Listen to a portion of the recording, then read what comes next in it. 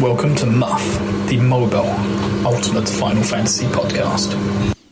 Yep, that is our intro. We are the mobile crew of Ultima Final Fantasy. I'm your host, Jacob Wright. I'm your other host, Krenatol. Yep. And Bill is our third host, but seems to be a little bit delayed today. So we'll do it without him until he gets here.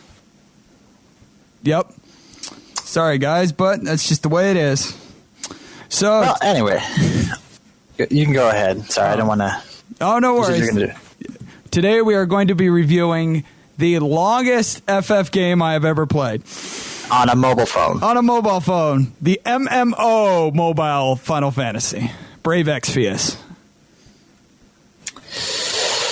Yes, we are going to be reviewing Brave Exvius, the currently longest running MMO mobile game that I know of so far, next to Mobius, but we haven't got a Mobius. Look forward to it later. Mobius later.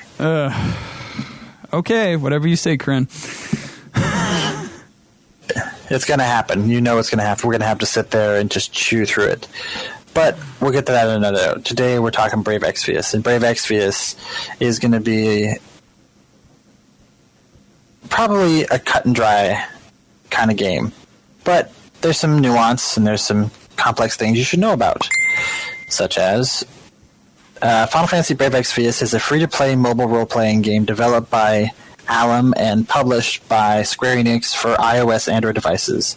A spin-off of the Final Fantasy series, the game marks as the first collaborative effort between Square Enix and Alum and draws elements from Alum's previous games, Brave Frontier.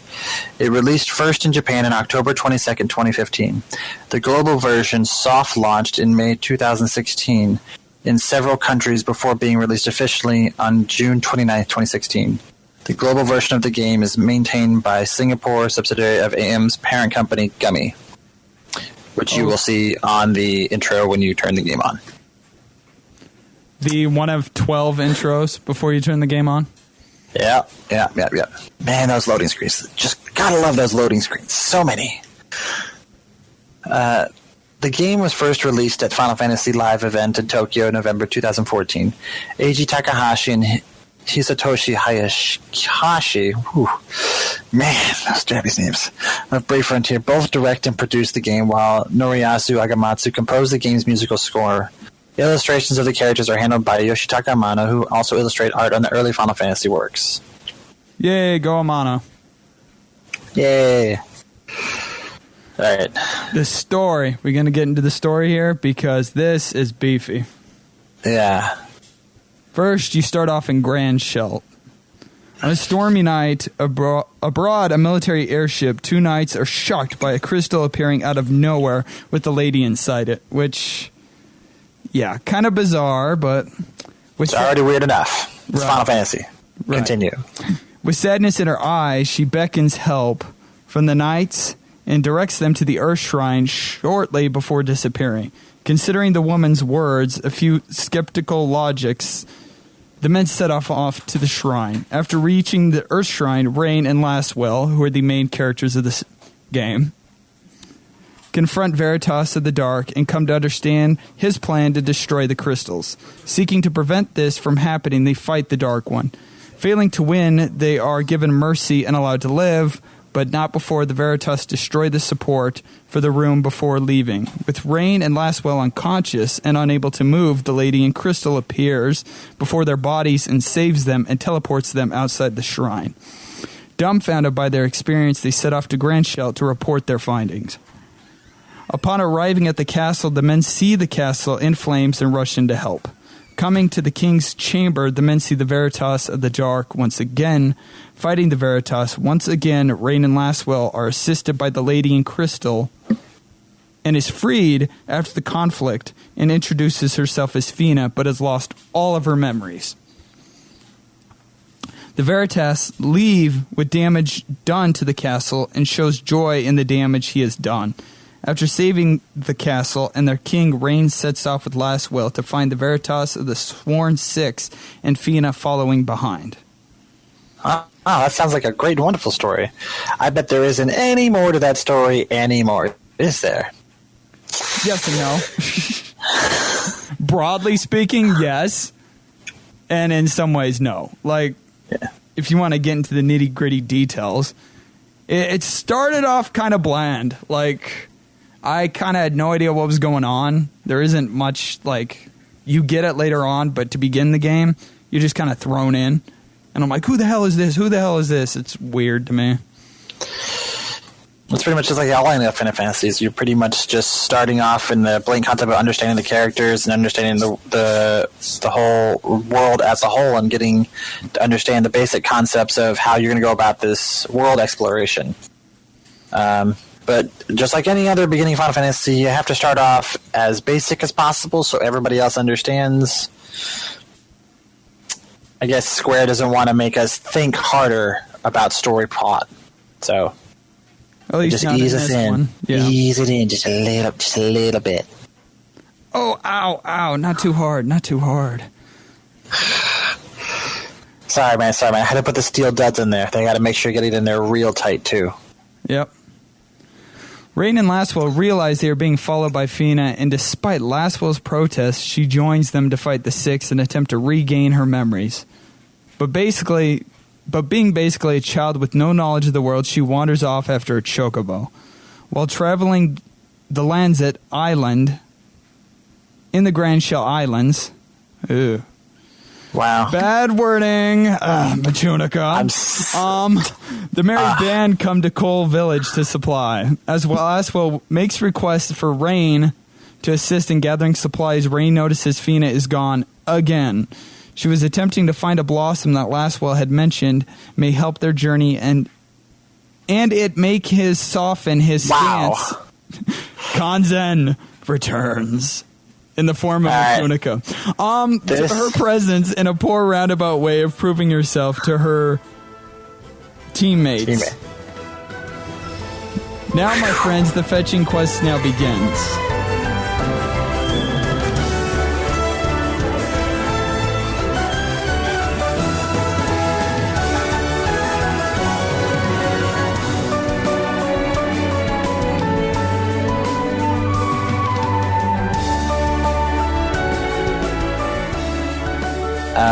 As you can already understand from the story, this is pretty much cut and dry as Final Fantasy main stick. You got the protagonist, you got his best bud and his bro, who's going to go on a journey and save the world from the dark powers beyond.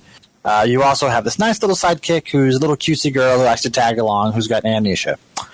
I'm sure there's probably some context in there somewhere from some other game somewhere. There's a lot of Inception with the, I lost my memory. What happened? Seems to be kind of a stereotypical kind of thing going on here. Yeah, well, let's get more focused onto the overall plot of the story. This is the synopsis of what the story is. I don't want to cover too much because I want to get you all at least a little bit interested in the story as much as, because this is a deep story. It's deeper than any hole I've ever seen. But let's put a little ladder out of that hole and actually get you to understand the grasp of this. The jibe of this story is that you, Rain, your buddy Laswell, and Fina are off on a journey to fight the Veritas, the Sworn Six. These are a group of people who have come from one land and were forcibly put into another land when they defied God. Just like any other Final Fantasy, we're all fighting God all the time. So, when we're in this land, we are basically understanding the grasp of the trials and tribulations of each of the island's kingdoms. We're going to go from Grand Shelt, and then we're going to go into Dornado, and then we're going to go into Oldarion, and then we're going to go to Zoldad, and then we're going to go into Mysidia, off to the Granoa, and then Farm, and then finally the super magical tower that we'll let you figure out later. Watch them. Hint, hint, wink, wink, FFs. I'm sure you all figure out what towers mean. Is going to be the final stage where we're at right now. Currently, we're not all the way at the last patch that Japan has. They're one more patch ahead of us for story content. No, aren't they several chapters into Season 2 already? I believe they are. They're way. See, I'm trying to get the gist of that, and I was trying to figure out the research behind that, and I didn't see much about a season 2 because I was watching a couple extra shows from the Japanese content, and once they reached that final area after the tower, that was it. That is literally the end, specifically the final boss. Unless they're making a whole different title chapter for the extra content, because I'm sure Bill kept bringing that up as season 2 constantly, and I needed to do some extra research. I wasn't seeing season 2. I was just seeing what America has out, because right now America doesn't have access to the Japanese content, so we don't know what's after the tower. Right. We don't know. Right. So to give a better outline into this, these are done in specific sections for updates, and we've been getting them monthly. So basically, half an island each month has been added over this past year. Yeah. And I believe the last one for this season should be by the end of this month in September. Yeah. So it's kind of slow as you go. You don't actually get to go straight from the beginning till the end. You just kind of got to piece it in each section, and it's. This is going to be like the new model of almost a lot of Final Fantasies. What they're going through right now. We're doing some different researches where they're finding more customer reviews as helpful insight to make their game, rather than make the game and then just put it out there. So I think right now this is their continued method of doing the patch system. I'm not sure I like it. I kind of rather have a whole thing done and over with rather than there. I don't know about you, Jake. I'm a one and done. Just get it done. Yeah, so am I. I'd rather have the whole thing and just continue. I don't like cliffhangers. They should be making their own games and not telling us how to make their games. But that's just my opinion. Yeah. So what happens next in the story? So as we get through the patches, each patch is its own island itself, just like Granschelt, Massidia, Granoa, Farm, Donato. Each one was its own patch in the story. As we go through the story, we've learned to come to understand that the Veritas, the quote-unquote bad guys of the story, aren't really what they're out to be. And essentially, they're just trying to do what we all thought we were trying to do. Destroy God for screwing us over. So, but the effect of doing that causes a chain reaction of they have to destroy one world to reopen the other world. So it's pretty much good versus evil concept. But as you go through the story, you learn that you kind of get an emotional feel for these guys, for feeling how shitty their God treated them. Some of them. But I'm not gonna. But some of them are kind of dicks. So you're like iffy the whole way. Some you don't care about, some you feel for, some you just want to die. Agreed. We'll let you make that call. Yep. But as you go through the story and understand their plight and get the feelings for them and understand the characters and meet new friends, such as Jake. Yes. Jake, do you want to describe Jake? Super sexy Jake. He completely says the most obnoxious things that you would just smack somebody and be like, dude, shut up. That line is not going to work. He does the most corny lines to pick up women. And so it used to be me. He's totally a woman lecher and perverted know-it-all. Like man of debonair. Ooh. Yeah. And is there a mirror in your skirt? Like, yeah, it's total sleazeball. Total sleazeball. I think it's in the essence of he's just trying to be funny and not necessarily like a sleazeball to try and nail the girls. I think it's that he just thinks it's more humorous to just get everybody groaning. Because I don't know, man. I think he's trying to get in their pants all the time. Specifically, the other character you meet as a friend, Lid, who is an airship mechanic and robot maker. Great name. No. Yeah. The reason she's called that is because she has been designated a long-time lineage of the first airship mechanic of the world, Sid. And those in the Sid line end up being related to Sid by name. Right.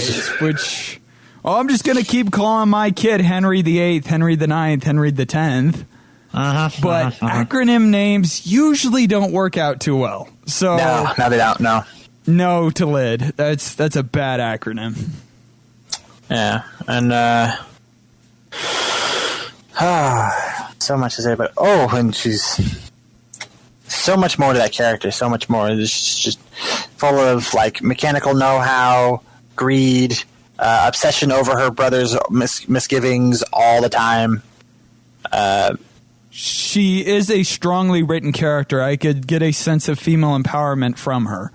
Oh, yeah, she's a very, very dominant woman. She's very, very well held with a mechanical wrench and a giant hammer she loves to smack people in the face with. Such as Jake, who has gotten upside the head like quite a few times. Yep, and that's the humorous aspect to it. And I think that's how I feel that way about Jake specifically saying that and getting hit. Is it plays off that dynamic that I actually don't think he's taking himself too serious with that. Yeah. Because he wouldn't have the other character that you meet at the water area, who is it Sakura? Yeah, it's... No, the Aldarian group of people, the first person you meet is Nicole, a tactician for the Aquapolis of Aldarian. Right. And there's a little bit of a side note that I wanted to put on Nicole specifically, that I think I might have a little bit of a gripe with the translators in English, because I've been focusing on the story as much as humanly possible, and I've noticed on several hundred times they cannot seem to genderize Nicole. Because Nicole, when that person is with their family, Nicole is a guy. But when Nicole is by itself and talking normally, it's referenced as female. Really? I did not notice that. I just assumed it was a guy because kind of the sprite looks androgynous a little bit. It's very androgynous. There's really no solid way to do that, because when Nicole is talking with families such as Luca, he/she is talking as if they're sisters. And then when Nicole is talking with L is guy, so they're talking like they're brothers. And you can't really tell the difference. And on many other occasions, such as later on in the story when Jake seems to form a small bond with Nicole, it seems to be like, I can't really tell if Nicole is a guy or a girl based on the relationship that he has with Jake or not with Jake. It's Pimpin' 101. It's Pimping 101. Yeah, and like you almost get a sense that this is the androgynous character for the homosexual aspect of the character. Like I kind of think that this character is made to be androgynous and essentially at the same time, I think either gay or lesbian in a sense, where how they undertake the understanding of Jake's words as a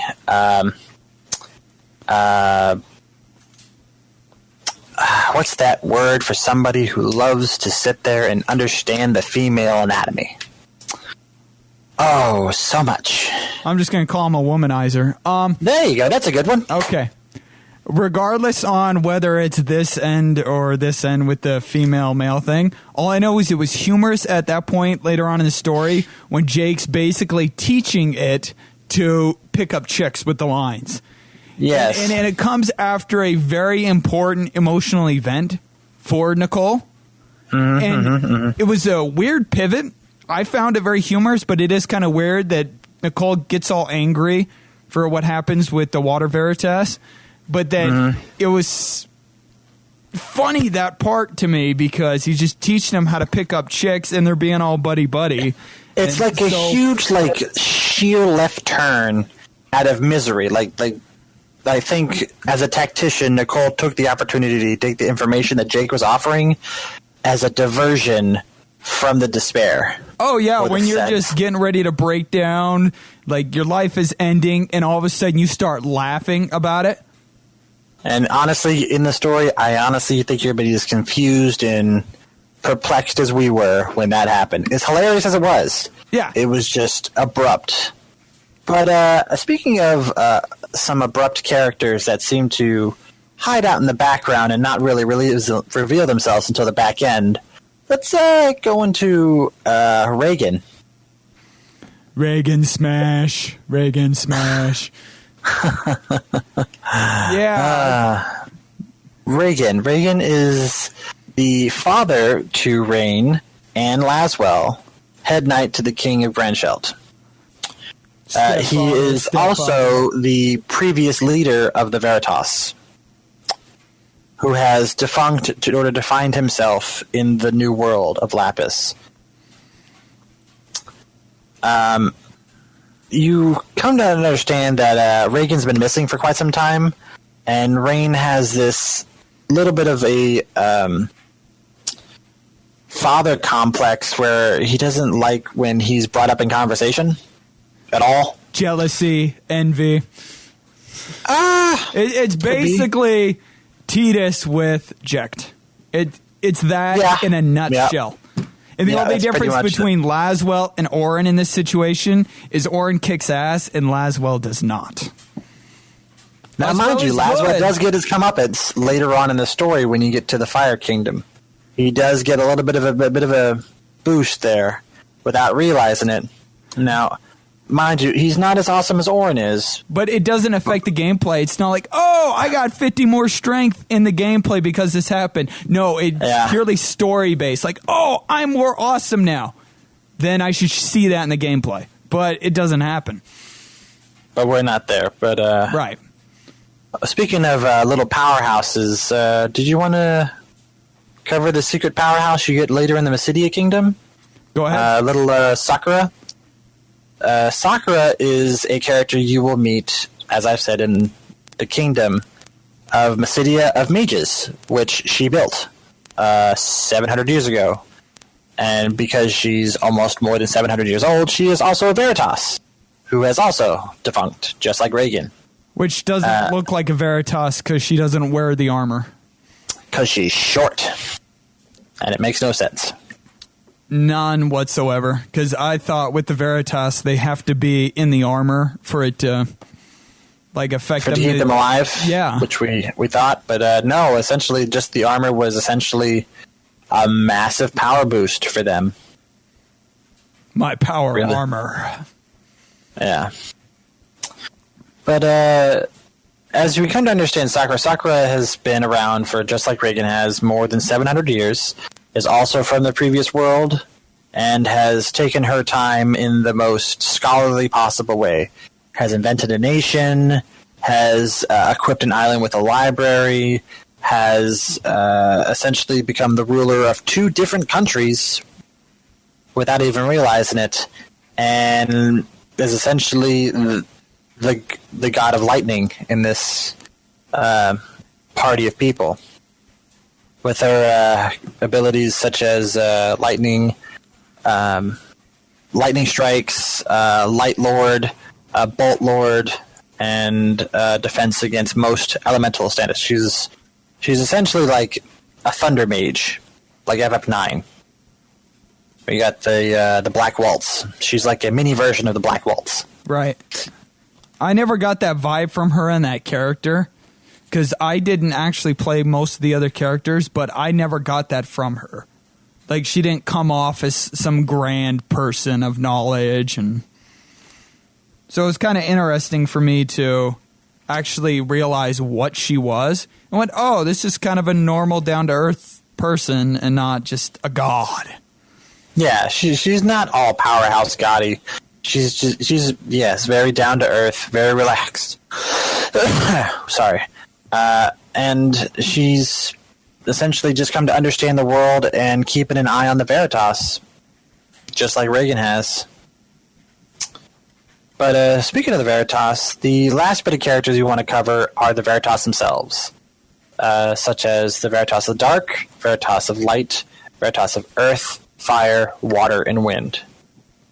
Did you want to take those away, Jake? I don't recall too much about them and their specific backstories pertaining to each island, since... Well, I guess I have to take the reins again. Not to put you on the side, man. I mean, I was trying to throw you a bone. Hey, I played this thing over months, and it is a complete blur right now. Because it is a lot of stuff to honestly cover. Like, if we did this thing specifically per island, I'd be fine back then. But now it's just, it's all gone for me. Do we want to talk about who we used to think Veritas of the Dark was to begin with? Yeah, I guess we can get that because you try to figure that out in the beginning of the game because you don't even know who he is in the first place. Yeah, he's the main dude that you think's fucking all this shit up. Before you know in the about beginning of the all game, the other ones. he is the main bad guy. He's the first guy you meet, as you heard earlier in the story.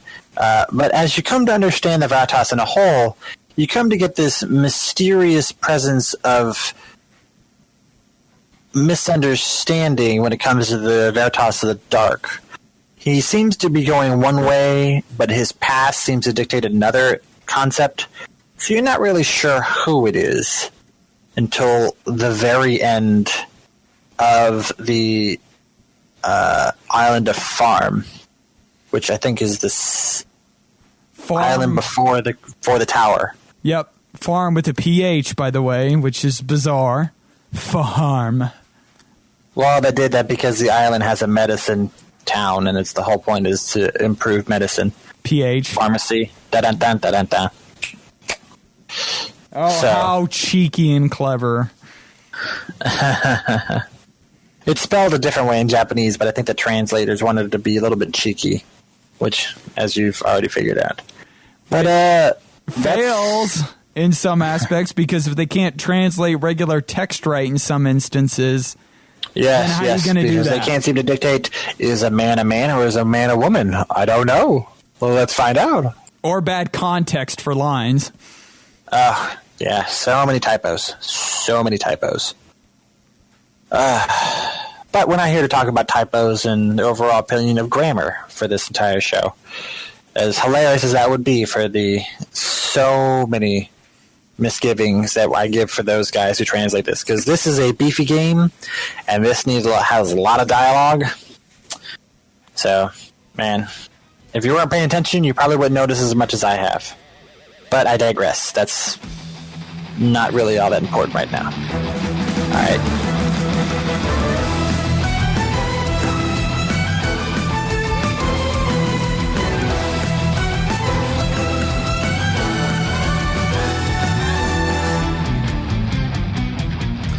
Alright, Jake, since we've covered a bit of the characters and some of the story, I've had a couple of side thoughts on what your overall perspective of the two things were. Let's just go into some quick afterthoughts of what you feel is your favorite part of the story, and what do you think was probably the worst aspect of the story? The favorite part of the story was the character arc of Reagan, because I didn't understand the depth in the beginning, but by the time it told the entire arc of Reagan in there, I enjoyed that. And the humorous aspects between Jake and Lyd. I can agree with you on that one. Those were quite funny things, and the mysterious aspect of Reagan as a whole was a very nice little plot hole device in the overall story, which gave a little bit of intrigue to Rain's character of dismissing him wholly in the entire game. How did you feel about Laswell's part in understanding Reagan? Because you knew he understood him as a slightly different character than Rain did. I don't think it's nearly that big of a payoff. I think it takes, it doesn't build itself up enough for me. It seems like, oh, here's one little thing, and then here's 12 little things at the fire cavern, and boom, all of a sudden, here's Laswell's entire backstory with Reagan, and then boom, it's right there in your face. That's the vibe I got when it happened, and I don't think Laswell's is that big of a payoff. It seems like Laswell is completely secondary to Reagan's arc, as he's got a smaller arc of his own, and it just completely overshadows him. Yes. I totally agree with that, Fox, because Laswell, they could have done better with Laswell's interpretation of Reagan as a whole, where they could have put him in a sense that he could have been secretly communicating with him, not telling Rain, had like a secret messaging thing. They could have put like Laswell's like, I'm training a specific art that Reagan gave to me that he didn't teach, Reagan gave to me that he didn't teach Rain. Something specific that would overall expand and complement both Reagan and Laswell as a whole as a character. And I think that because they made Laswell so buddy-buddy with Rain, and they made him like a little bit of a sad story, that was a part that I wasn't really all that happy with the overall development of some of the side characters in the game, as my perspective. Many of the characters in here don't fully pay off in their grasp of depthness, and the fact that you don't get to utilize them in their max value until super late in the game, and even still, they're not the greatest characters to use in combat. No, they're not. I think two of them pay off well, but to go back to the Laswell part, I think there was only like one or two small little flashback sequences of Laswell training, trying to be as good as Reagan, and then all of a sudden he goes to the cavern and he's empowered. It's really underdeveloped. Yeah. They didn't spend more. They needed to spend more time on the side character development in order to fully grasp him as a character.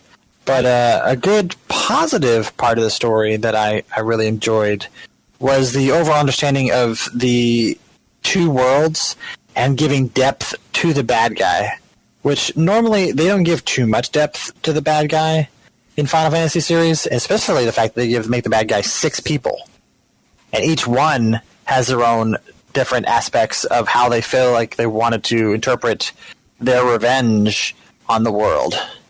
Because not all of them want to do the same thing, not in the beginning. Right. Each one develops personally, each one grows understandably, and has a different perspective of life. Even some, such as Sakura, even join your party. Right. Which I thought which is a great little concept of defection, understanding, growth, change, a little bit better for the bad guys. Yeah, they all have their own type of personalities and outcomes on life. They're similar to the judges of Final Fantasy 12.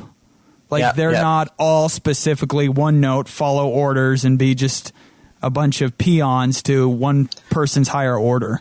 They're all unique and specific in their own developments of how their own stories play out. Yeah, and they have no problem conflicting with each other and making fun of each other. Which is good, which is a good play on their characters and boosts their overall morale, which is one of the favorite parts of the story. And also the fact that, just like any other game, the Final Fantasy does the one thing that's a little bit misgiving, but they also create a second group of bad guys that also dismiss them as bad guys too. Coming out of nowhere. The Sages of Hess. Yeah. Which just seems like, to expand the story, they just come straight out of nowhere. Like, I'm going to use a Mortal Kombat reference here. Like, you think Shang Tsung is just this overall bad guy. And when you finish Shang Tsung, Shao Kahn just comes out of nowhere.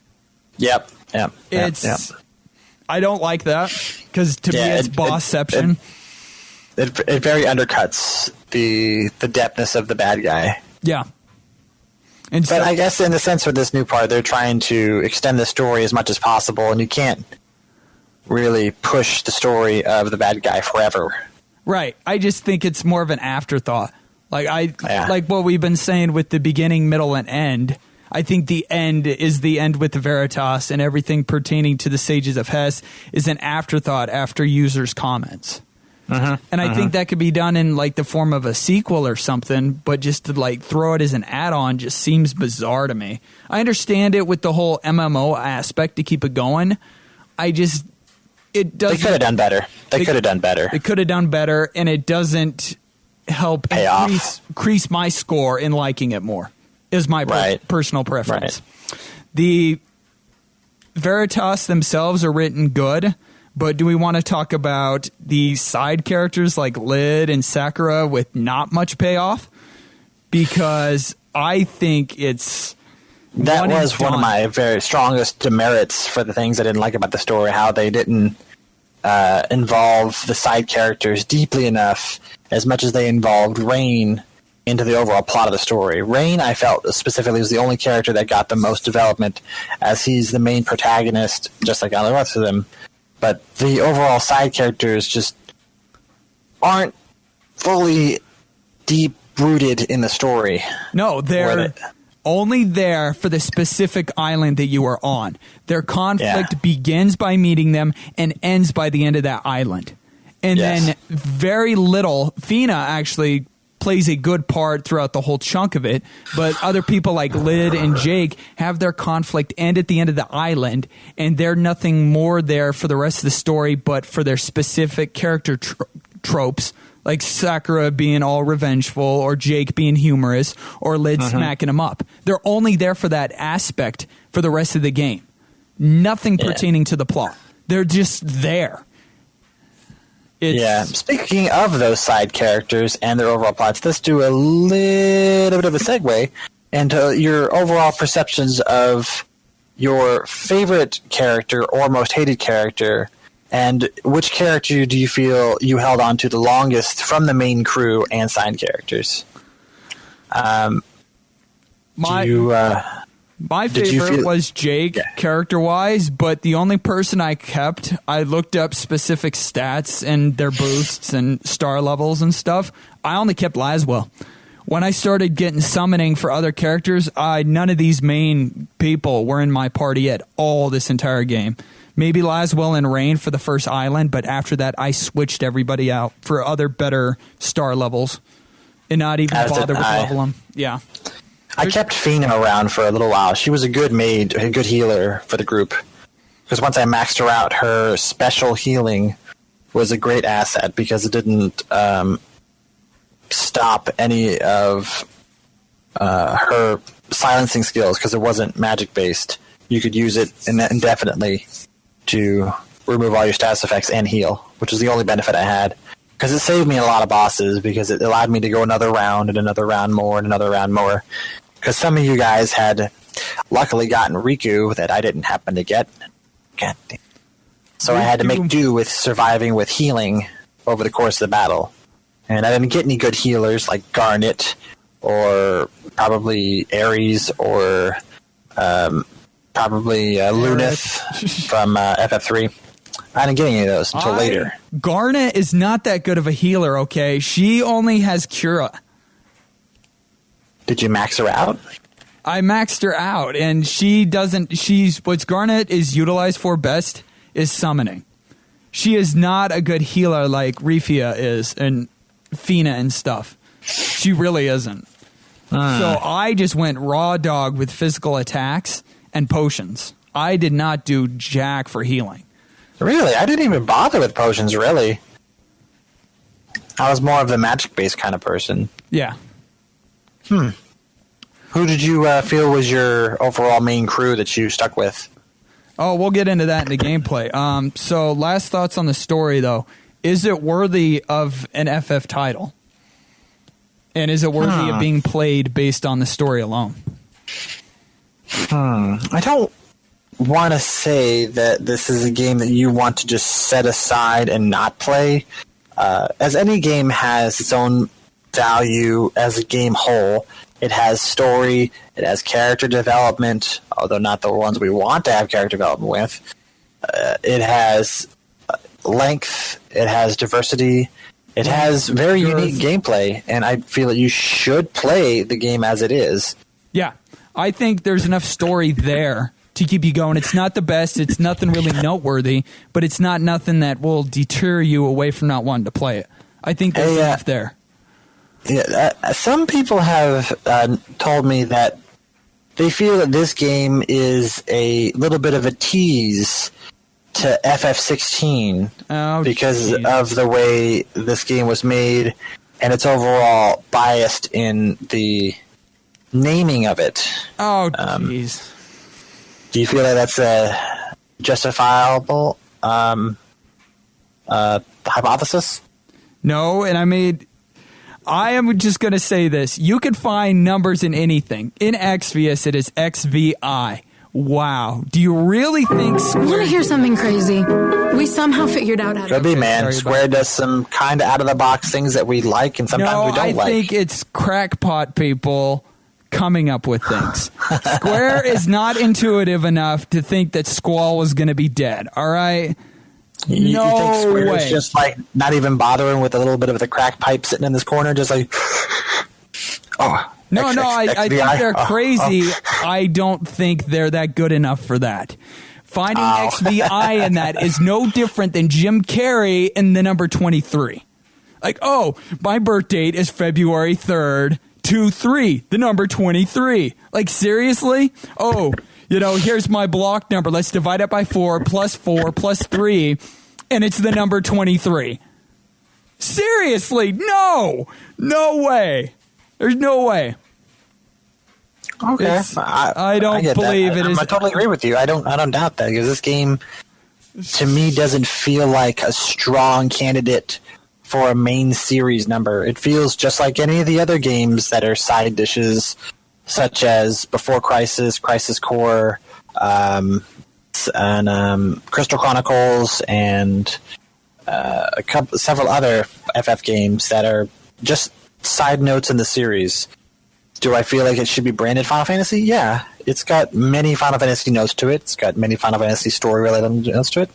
Is it a main series candidate? No. Not really. No, but neither's 15. Some people might hate you for that, man. Some people might hate you. Some people might gun you down on the road.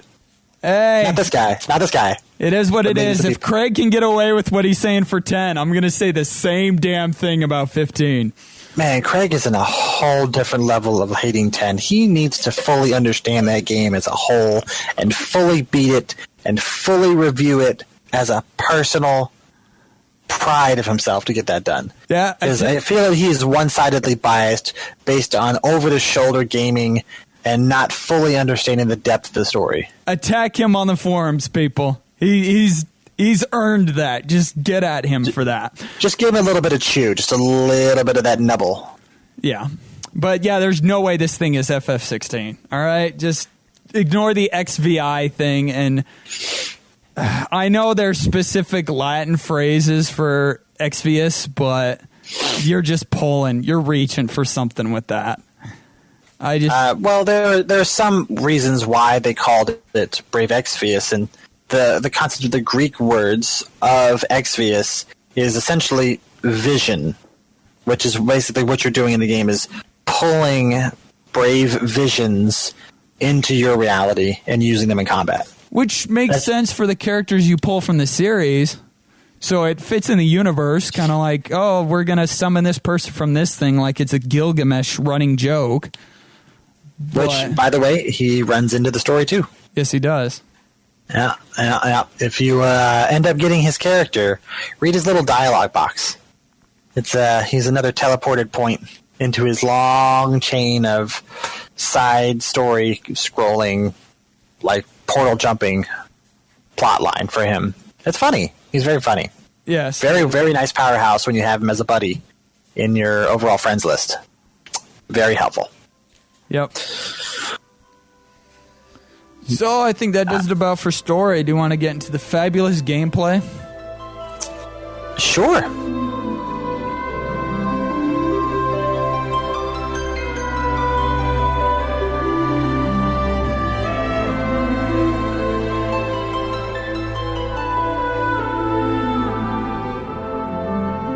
All right, we are going to move on to gameplay, which is the best part about this entire game.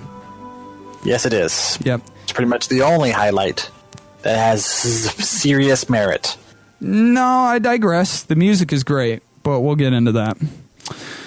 You will be making a party of up to 6 characters. You'll be choosing 5 of these characters yourself, while the 6th character is going to be a companion. A character that is provided by other players, which come pre-equipped items and stats. Now, this aspect I liked quite a bit. Because you could find specific people that are your level or sometimes higher that randomly show up with your friends list. Yes, you could. And most of the time, even if you have your characters maxed out, there are some people who have gone above and beyond and awakened their skills and have done like serious tweaking to their equipment in order to boost their stats as high as possible, even if they're the same level as you, because I've maxed out a whole bunch of characters. As in every 2B from Nier Automata, the other Square Enix game, or Orlando from Tactics. I wish I got her. I got her as a companion, as a buddy system, but I couldn't get her. I got like all of her side bonus. I got A2, I got C3, I got whatever that guy with white hair is. I got him. I kind of wanted the chick with the giant sword and white hair. I wanted know. I wanted her, but I wasn't getting it because she had the beast sword, which had like an attack of like 205. Yeah.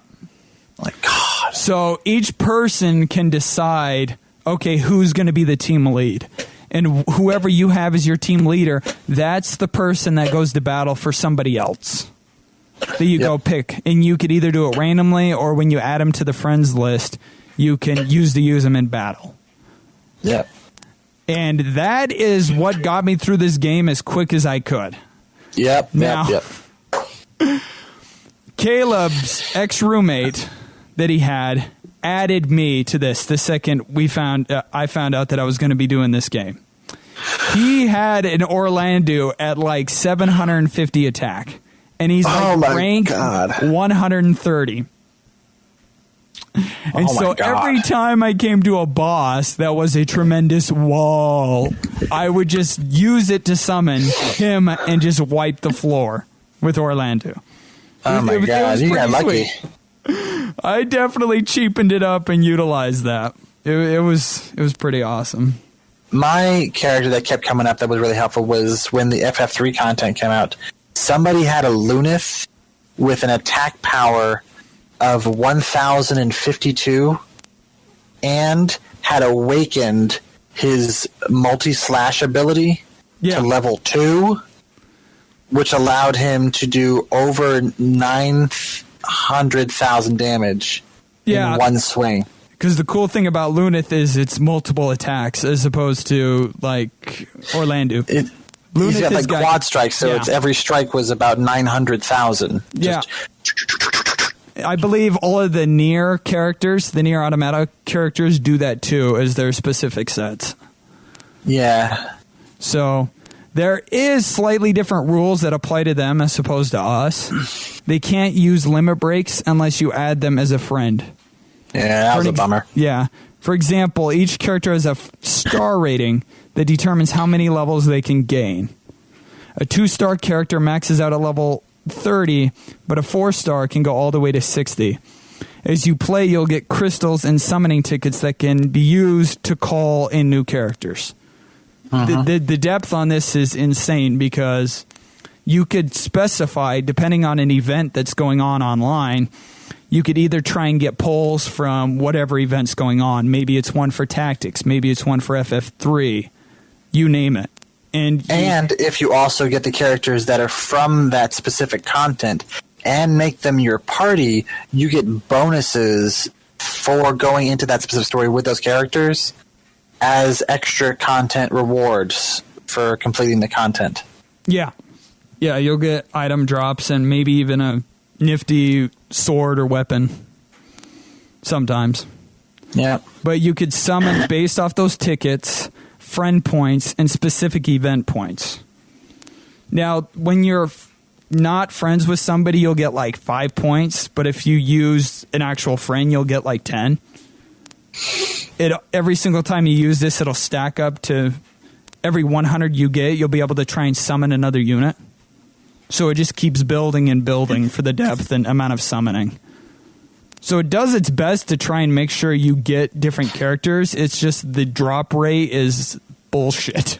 Yeah, and the depth goes to a certain point where I had also done some research on the trust gauge.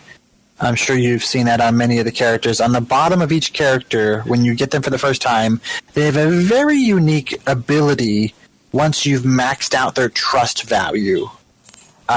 But there's a catch. To get the trust value all the way to 100%, you need to do a very long, arduous, unnecessary process. One of two ways. You can either take multiple copies of that character and make it your entire team and run it in a low-level dungeon over and over again until you get them each to 16.4%. And then when you congruently meld them all together, they'll multiply by 5% congruently across the board for each of them. See, that's an advanced technique. Plus. But the problem is, in order to accomplish that, you would need 5 characters. Right. Which the drop rate is really fucking hard.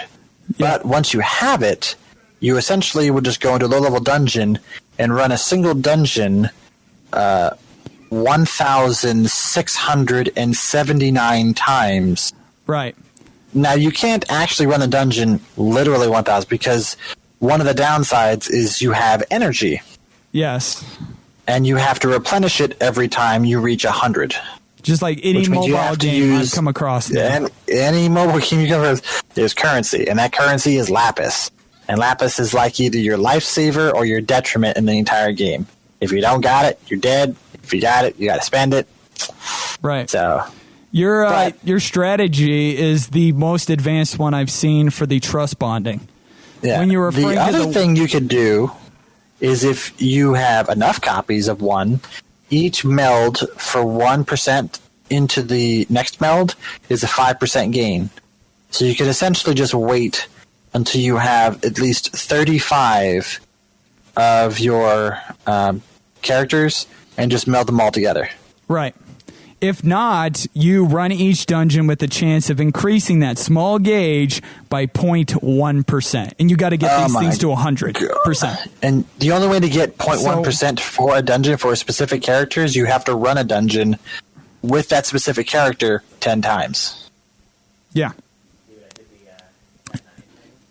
It's insane. So it's utterly bonkers and how they depth gauge the trust value. And it's so annoying because the most valuable thing that they offer is those trust value rewards. Right, because the skills in there are so godly that they had to make it unattainable. Right. There are specific skills to mainline characters within this series. What's cool about this is it's drawn in for almost every Final Fantasy that there is, probably except for Mystic Quest. And Crystal Chronicles. I haven't found any Crystal Chronicle ones. Have you? No, I haven't. Most are the main series or side characters. Yeah. And so that's what the poll is. Oh, yeah, I got to get Ramza. I got to get like my favorite character for it. And it pulls it in. And there's a few side ones that aren't really part of it, but those are so remedial in levels and stars that I didn't even bother with them later on. Right. Like there's some that you would get with the friend points, you would get 200 friend points, and you can get a free summon, and that free summon only normally equates to a maximum of 3-star character. Now, that 3-star character does have a nice little benefit if you get them all maxed out, but the overall gain of having him is not really that great, because he's essentially a trust value pig. That's really all he is. Yep. Max him out and get his reward, call it a day. Done. Right. And you could do this with trust Moogles. Now, it is rare to find the trust Moogles, too, because usually it's only events, but at least that's a 1% But you could also do it gain. one other way, it would be expeditions. There is that. I've meddled with that a little bit towards the end, but... Or, like any other MMO, you could also do raid content in the Vortex, which certain events will reward you with currency that is only usable by the Moogle King in the Vortex. Yes. That's how I got my Moogle Spear. Yes. That thing was awesome. But mind you, not every Vortex battle offers Moogle King rewards. Some are raid rewards, such as a whole different point system that is point tiered. Once you collected enough of them, you get a certain amount of points. Once you reach a certain amount of threshold of points, you get a reward for that value. Yeah. So We will get into the vortex, but as you assemble your party, you'll be brought to the world map. Here you can select an area from a list of levels in that area. Each specific map spot brings forth 4, 5, 6, sometimes 7 areas inside of that you have to do. And inside of those is a few fights. Like, oh, this battle is 3, this battle is 4. With harder levels requiring more energy as you go around to each one. However, it was a weird drop-off for me. Like, I swear, Island 4 or 5 was requiring like 15 energy or something like that. And then when you get to Farm, P-H-A-R-M, it went back down to like 7 or 8 energy. Yeah, I think they had hit a cliff note when they had finished off with Granoa for that content, which was the top tier content there. Because they had some extra side content for that island. And I think they were still waiting for the patches, so I think they increased difficulty on some of the bosses there to make you force feed you time usage. Yeah, because there's a lot of walls in this game. There's a lot of walls for a difficulty of ramps, such as there's a boss on the 3rd island of Donato that many of us got stuck on for hours trying to figure out how to beat this guy. Yes. But yeah, I think that's why it felt that way, that once you got back to Farm for the first time, just like any of the new islands, once you got to the next island, the first like 3 or 4 areas were about like 3 or 4 energy. Yeah. To run them. But then when you got to the later issues, it cost more. Right. And you level up each time. There's a specific level that you have. And the more experience for the level you get, the more it'll increase. The higher level that you are, the more energy you can hold in a single setting. So you'll go from 5 to 10 energy so that your threshold is a lot longer. A good thing about that is when you do level up, you completely refill the energy bar, and you could basically overclock it. So let's say you had 30 or 40 energy, and then you leveled up. You'll keep that 30, 40 energy you had, and it'll say it's 80 out of 40, which was good because it didn't cheapen you when you ended up getting a new level. Oh my god, that was so helpful when you got those, and actually concurrently got bigger when you got the potions. If you did do the expeditions, some rewards were energy replenishment potions of 10. If you just use them congruently, you can actually increase the value of your energy to its overfilled limit. Right. Oh, so good. I didn't realize I gained any of those nearly till the end, but as far as the first 3 islands, you're leveling up so much in the beginning that you could just cruise through the first 3 islands and not have to worry about putting the phone down for a day or for however long it takes for the energy. So the kick into the game is good. When you start getting to the later islands, then you feel really downsided, like, oh, I only took care of 1 area in this island for the entire day, and now I got to wait the next day to do it again. If not, then I'll spend lapis if I want to do more for it. But to start I felt that way at the very end of the island chains, where I was just running out of lapis constantly, and without any potions or lapis, you can't regenerate your energy, so you had to wait. So the most I would do per day would probably be 1 vortex run of 5 pieces, which is maxed out all my energy, and then the arena, which did my 5 cubes, and then probably whatever's in the vortex raid. That's it. That's all I could do. Right. And then that was like 30 minutes of my day, which is sad. I got through that way too quickly. Yeah. Because all my characters were powerhouses, but I was limited by my lapis count. Right.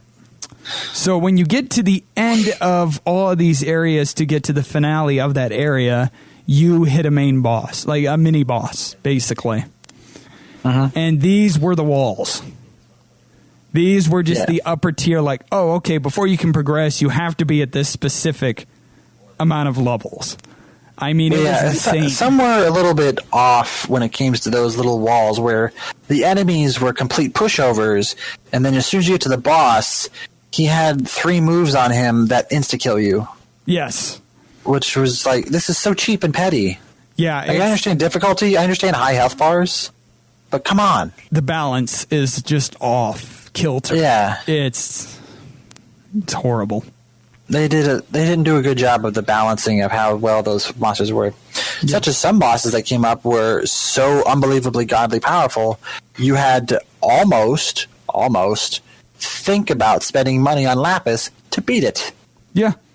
But thankfully, the game just throws Lapis at you. Only when the new island hits, though. Like right now, because there's no islands, if you would complete the story all out now, you would probably run out of Lapis. And then you're basically waiting for the new island to show up because there's no other side content to give more Lapis. I don't know about your Lapis things. Inside of each of these areas that you go and fight have additional things to them. You can actually gain items or more Lapis if you do what is specified. There are these rules inside each of the battles, like use magic 3 times and you'll get 10 more Lapis. I was clearing all of those out, making sure I was doing it during the battles, and I never had trouble with Lapis. I was hitting 15, 16, 17,000 Lapis as I was continuing to go into the story. As your overall protocol for gaming is to just bull through it as fast as humanly possible without spending any time grinding or exploring side content, you probably never had the problem like I did, because I ended up exploring every nook and cranny of the game, such as the arena, the vortexes, the extra boss monster fights, running extra raid tiers for extra energy, make sure I was leveling my characters up very quickly and numerously so I actually had access to better characters in the fights, rather than waiting forever for them to level up in normal battle. Because I assume you only have probably, 6 or 7 people maxed out in your entire group of people? Yep. And you just stayed that way the entire game? Pretty much. You don't need to do anything more. Come on. Yeah, I didn't do that. I was a whole different ball game of playing this game. Because when I play in FF, I play it so I complete it and fully understand it as a game as a whole. So I do everything as much as I can that is available to me. Right. So I constantly kept running out of Lapis. And if you do it my way, yeah, you'll uncover everything in the game, but eventually you're going to hit like a little bit of a wall where you're going to have to wait until either a raid content comes out or you start doing what I did, which was forcefully trying to beat Vortex bosses and completing their in-fight rewards in order to get 50 or sometimes 100 Lapis to do something else. Right. I think that's where I did not do these things, because also at the end of each area, there's usually somewhere that's explorable. Yes. And but each of those explorables is just like any other regular ones, which only has a very finite amount of rewards, which probably at maximum, not probably, it's guaranteed. Every maximum for each area is only going to be 50 Lapis, maximum. Right. So I didn't even bother with any of those, but apparently, yeah, there's hidden treasures, keys which lead to other things, and side quests that you go on to. How many side quests did you conquer? Oh, probably all of them. Oof. I did pretty much all the keys except for like the final 2 of the dark keys.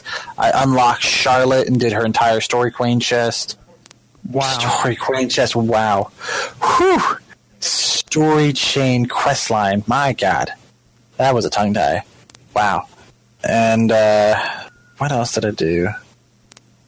I think that was pretty much it for side questing specifically, other than just doing the average side quest of fetching stuff. I don't know if it was just my phone or my internet connection, but I would always lag in town, and moving with my character was a pain. So I did not like exploring inside of the towns too much. And when I saw specific side quests for them, and when I'd go to accept it, my phone boots back up to the beginning screen. I'm like, no, I'm not doing this. No, I'm not doing this. I tried the Coliseum once. It froze on me, got me stuck in an infinite loop because it kept trying to load the Coliseum instead of booting back up to the main hub. It just wasn't happening for me. So I'm like, it may not be worth it. Let me just trot on and not worry much about these side things. You're pretty much forced to do it your own way of just bullhorning the entire way through. Right. And so I do see how that provided me to be a lot more difficult later with my other strategies, basically not doing anything to the walls, because I kept a pretty low-level team throughout most of this by using specific techniques to just spam it. And so and when I just hit having the companions that have like god tier levels, and for some unknown reason that I can't even understand how the game allowed this to happen, but please tell me the story of how you got Odin. I have no idea. Okay, I did nothing. It's not rigged. I didn't do nothing. Okay, But you have to explain how it got in your game. I cannot explain it. Okay, I get the beginning part of the game done. There's Siren into the party, which is the main first one you come across. And I go to look, and in my list of summons is Odin. I don't know how he got there. It just happened. I had Odin from the start. Oh, my God. And so I immediately equipped him to Laswell. And just spammed the living hell out of summoning. Sorry, the limit break to... Yeah, the summon. Sorry, not limit break. The summoning of him. You're right. When you're just basically using specific materia and gems that you would get in the game from exploration quests or in the dungeons themselves. Oh, and yeah, we put can... them onto your summons to boost their overall stats, which, once they're equipped to your team, congruently boost your own personal stats. Right. The Esper upgrade system is kind of like the Sphere Grid in 10. It's that style of leveling up. Moving along nodes to upgrades to stats or abilities. And I believe 10% of that summon's stats go to the equipped character. Yep. So like 3,000 attack on Odin. Ifrit. Well, Ifrit's had the highest congruent attack stat bonus, but the overall boost in power and strength came from Odin. Yeah. Now, did you also notice that the summons themselves had a cap at level 30? I did not get up to level 30 on any of them. In order to... Because I noticed that once you reach level 30, you have the option to go back to their original bases, refight them again at a slightly higher difficulty to unlock another set of skill chains for them to add, and more stat bonuses. Yeah. And another animation. I would have loved to do it. But in order to level them, you have to get the Magicite pieces. They are abilities which are passive or active, specifically, because I noticed things like Ifrit learns like Hellfire. Or something like that, and it doesn't actually show itself in game. So I didn't understand that aspect. So I just thought the Hellfire was a bonus to its actual attack. Okay. Hellfire is the flamethrower attack you see as the animation. That's what it's called. Okay. It's also a stat bonus to fire damage. Yeah. And reduced ice defense. Yeah. So sometimes there is not awakening, but these Magicite shards are a specific event inside of the Vortex, which is online events. So you could boost it that way, but most of the time, that event isn't happening. And so the actual Magicite drop in-game during all these battles is nowhere to be seen. It is not happening. So unless you deliberately boost on that day that the event is happening, there's not a very likely chance you'll reach level 30 by yourself doing the story content. And even still, even if you do that side content, which I did, it doesn't really pan out as well as you think it does, because even though you're running the top tier version of that event, has like beginner, intermediate, and advanced, even if you do advanced 100 times, the most you're going to get out of one summons level up is 2 levels max. Yeah. You would have to blow Lapis out the wazoo in order to get it to be beneficial to you. Right. Which, Lapis is your lifeline. You can't just keep throwing it away just to boost a summon. Even if with the 1.5 times. Now, the Magicites are specified as their element to each of the summons. So I can't remember who's correlated with whose, but if you basically... If it was fire, Violet obviously is Shiva, Water is Siren, Orange is Titan, White is Carbuncle, Green was not available yet, but you could use it with the Tetrasylphide. Which later came on, yeah. Yeah. So, and then Odin was unnatural and would take everybody's, but just wouldn't be a 1.5 times percent multiplier. I believe there is one for Odin, but regardless, that will help boost it with 1.5. But even with that, it takes so much to level them up. Yeah, it's insane. The boosts are there and worth it, but it's a lot of grinding. Right. And so there's that. Did you do anything with the crafting system? Because I didn't craft hardly anything till the end with abilities. For my crafting, I did a little bit. I ended up getting skills mostly rather than armor. Unless I feel like I needed some specific armor. Like the only armor I've made so much of would have been gold armor towards late game because it had the highest defense, and I was readily getting gold ore at the later game areas. So it was just easy to just keep making more of it. But most of the time it was just using the crafting to make specific skills, such as attack plus 10% or 15%, or magic plus 10%, MP plus 10%, so on and so forth. Right. Or specific weapon skills, such as Bioblade, Drainblade, Firaga, and that's pretty much the gist of what I was doing for crafting in those days. Yeah. Items didn't really bane any benefit for me, because to unlock most of them, you had to do the arena, which most of the items weren't unlocked until you got to the final stage, which is Class S, which you have to go through D, E, C, B, and A to get all the way to S. Right. And each area of arena had 5 stages. Each stage had 5 sections for a total of 25 stages you had to run through to complete one rank section. Yeah, that kind of depth is insane, so I didn't even bother with it.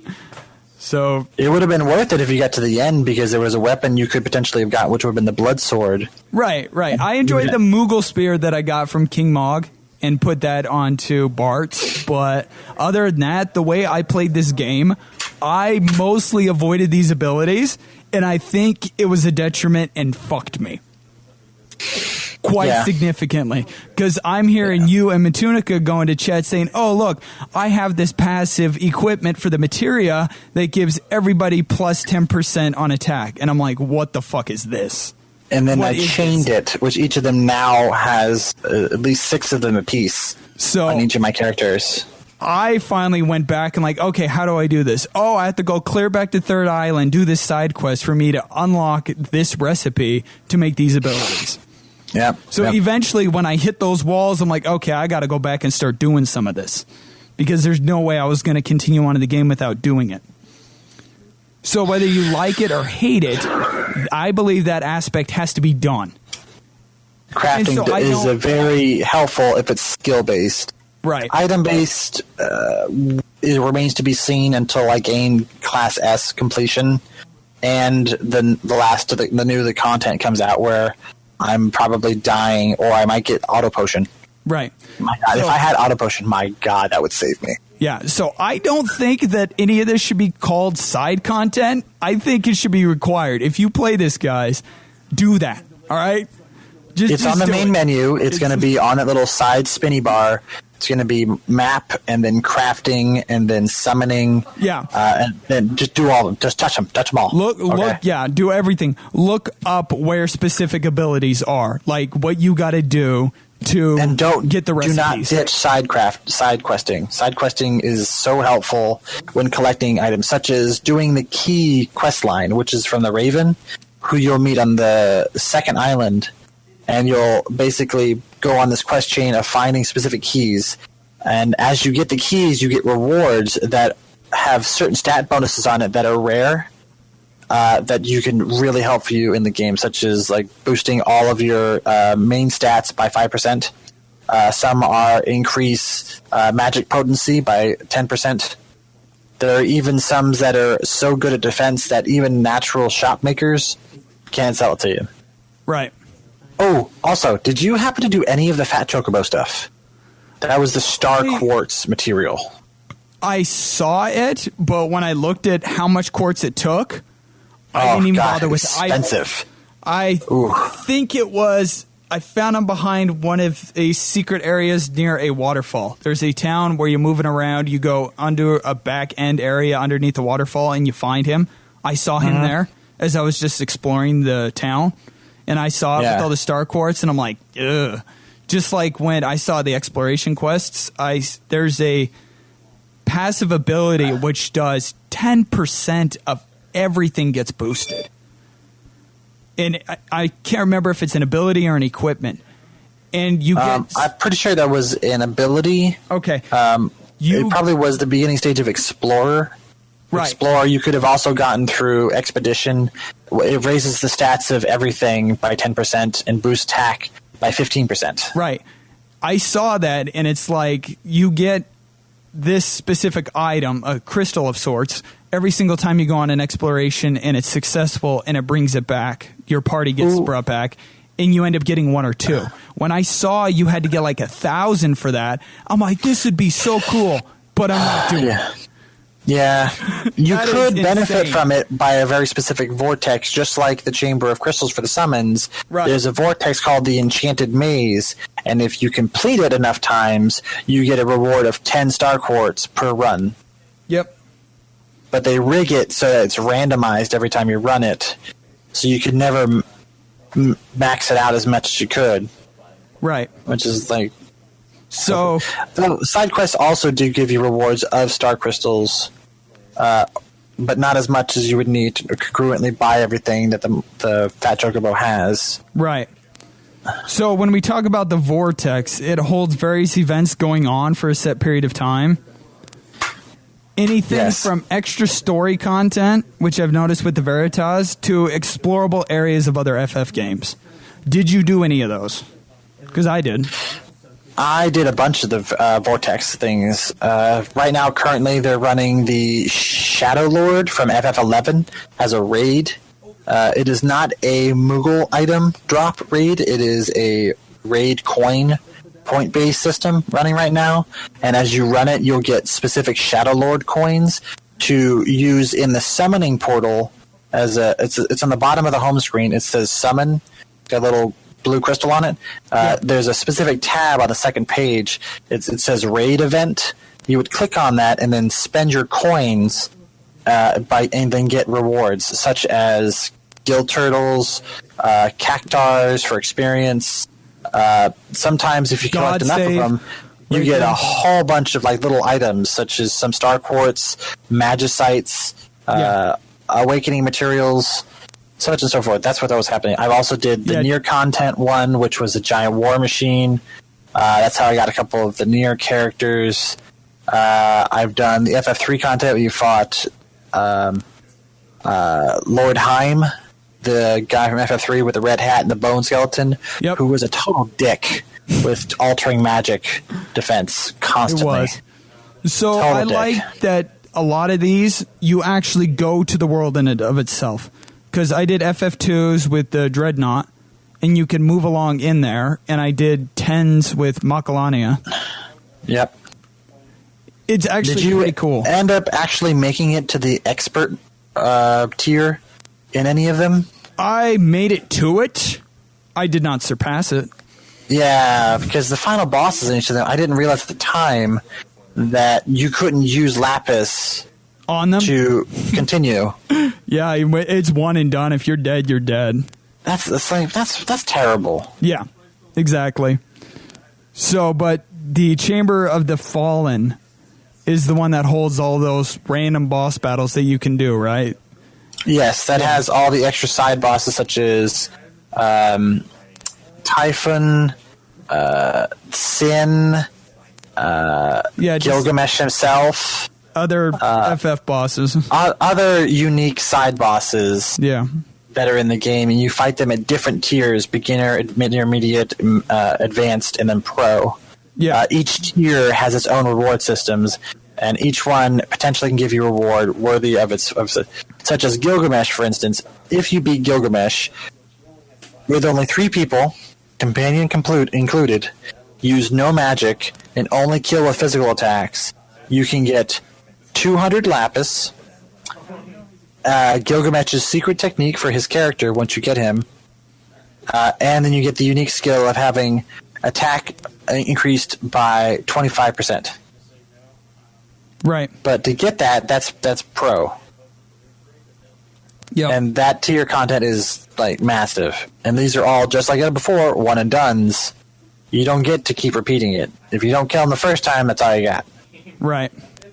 Training of the Soul, which has unit set equipment. I tried that one time, got blown out of the water.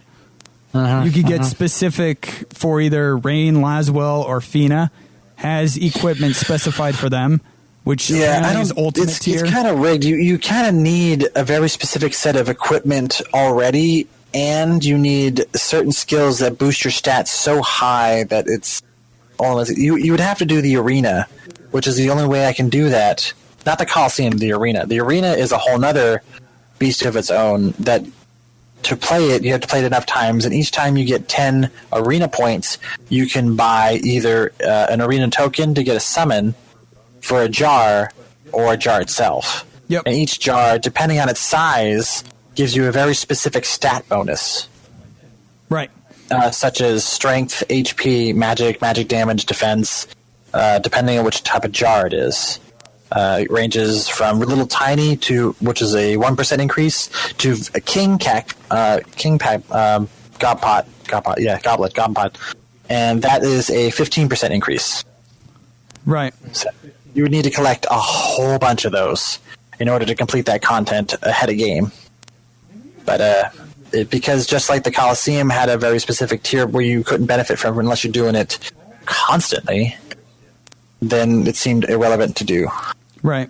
But maybe in the future I'll probably go back and try it. I've tried it a couple times, but the people they pair you with aren't balanced real well. But the first person I fought killed me instantly. Now, even if you lose, you still get points, regardless.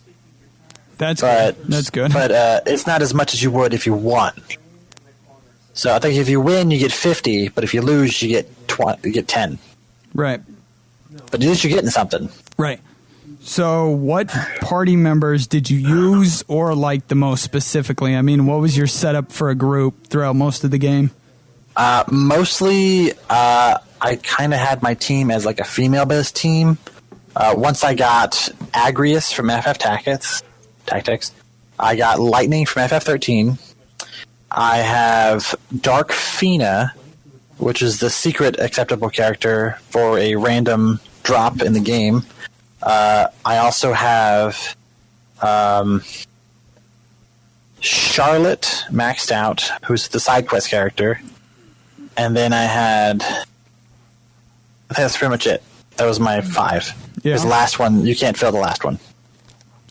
Right. So at the beginning, I just had rudimentary characters, right? So the strategy I used was, with Odin in the beginning, Garnet's limit is to invoke the summon gauge. And so basically, I could just do Odin once with Laswell, and then use Garnet's summon gauge to refill back up Odin again to do Odin again.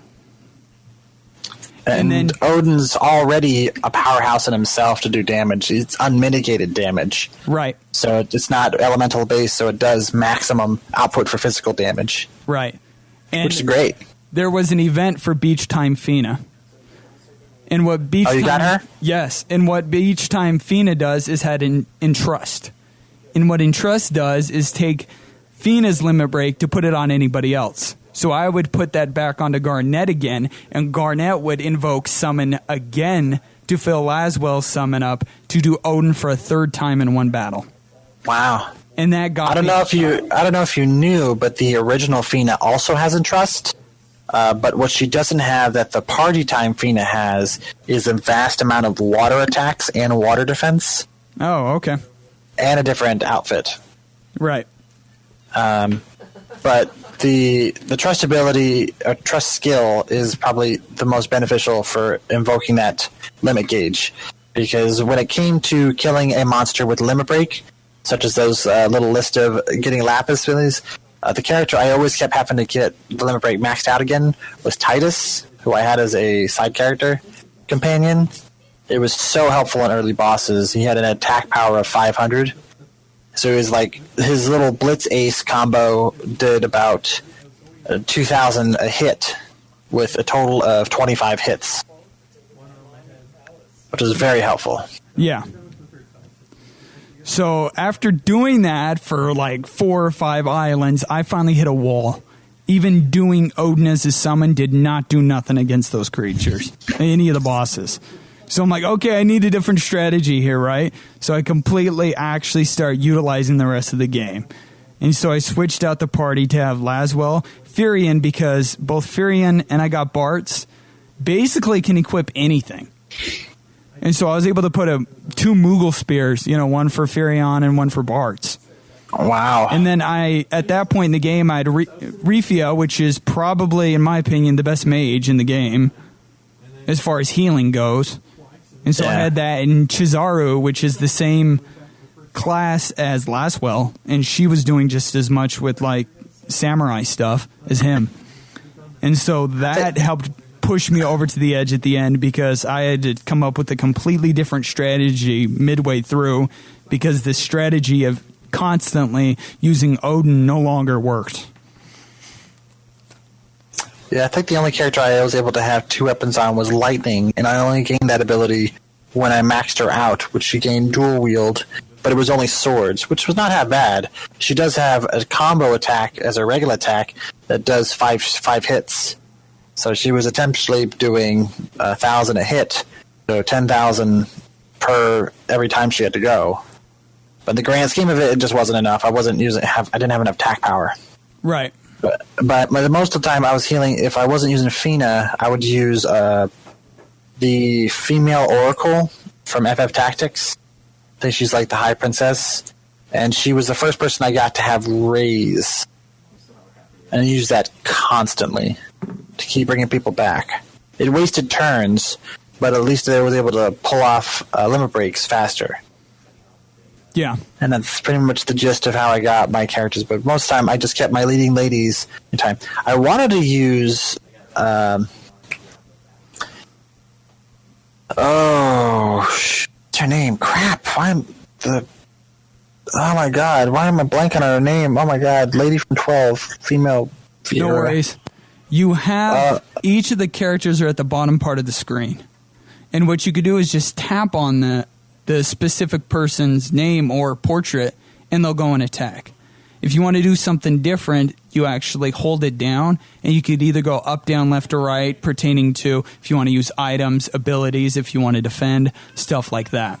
Now, did you have any slowdown when you was just tapping? Was it immediately the character going up and attacking, or did it take it a second?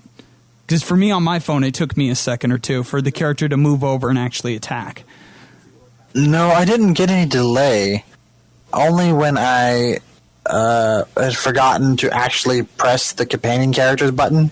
Okay. Because a lot of times I would do auto battle, and because you would change them out every time you went into an instance. Right. Auto They're battle not part of the instance anymore. In the beginning, auto battle was great, but it didn't really help you in later game. It was constantly like screwing you over. Right. So I had to use repeat, which does the same thing as last time, but if the final character goes, it's a character not doing anything. But overall delay, no, I wasn't really receiving any delay specifically.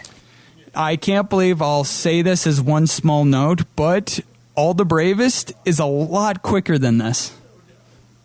It is a lot quicker. Well, 1, it's a fully complete game, and then 2, there's no instance base, and 3, there's no connect to server. There's that no is true. server That time is true. release. It's just a little bit more faster. I'm just going to say that. But Fran, that's what it is. Fran. Oh my god, I'm so ashamed. Oof. Fran from FF12. Okay. So sorry. So, overall thoughts on that gameplay?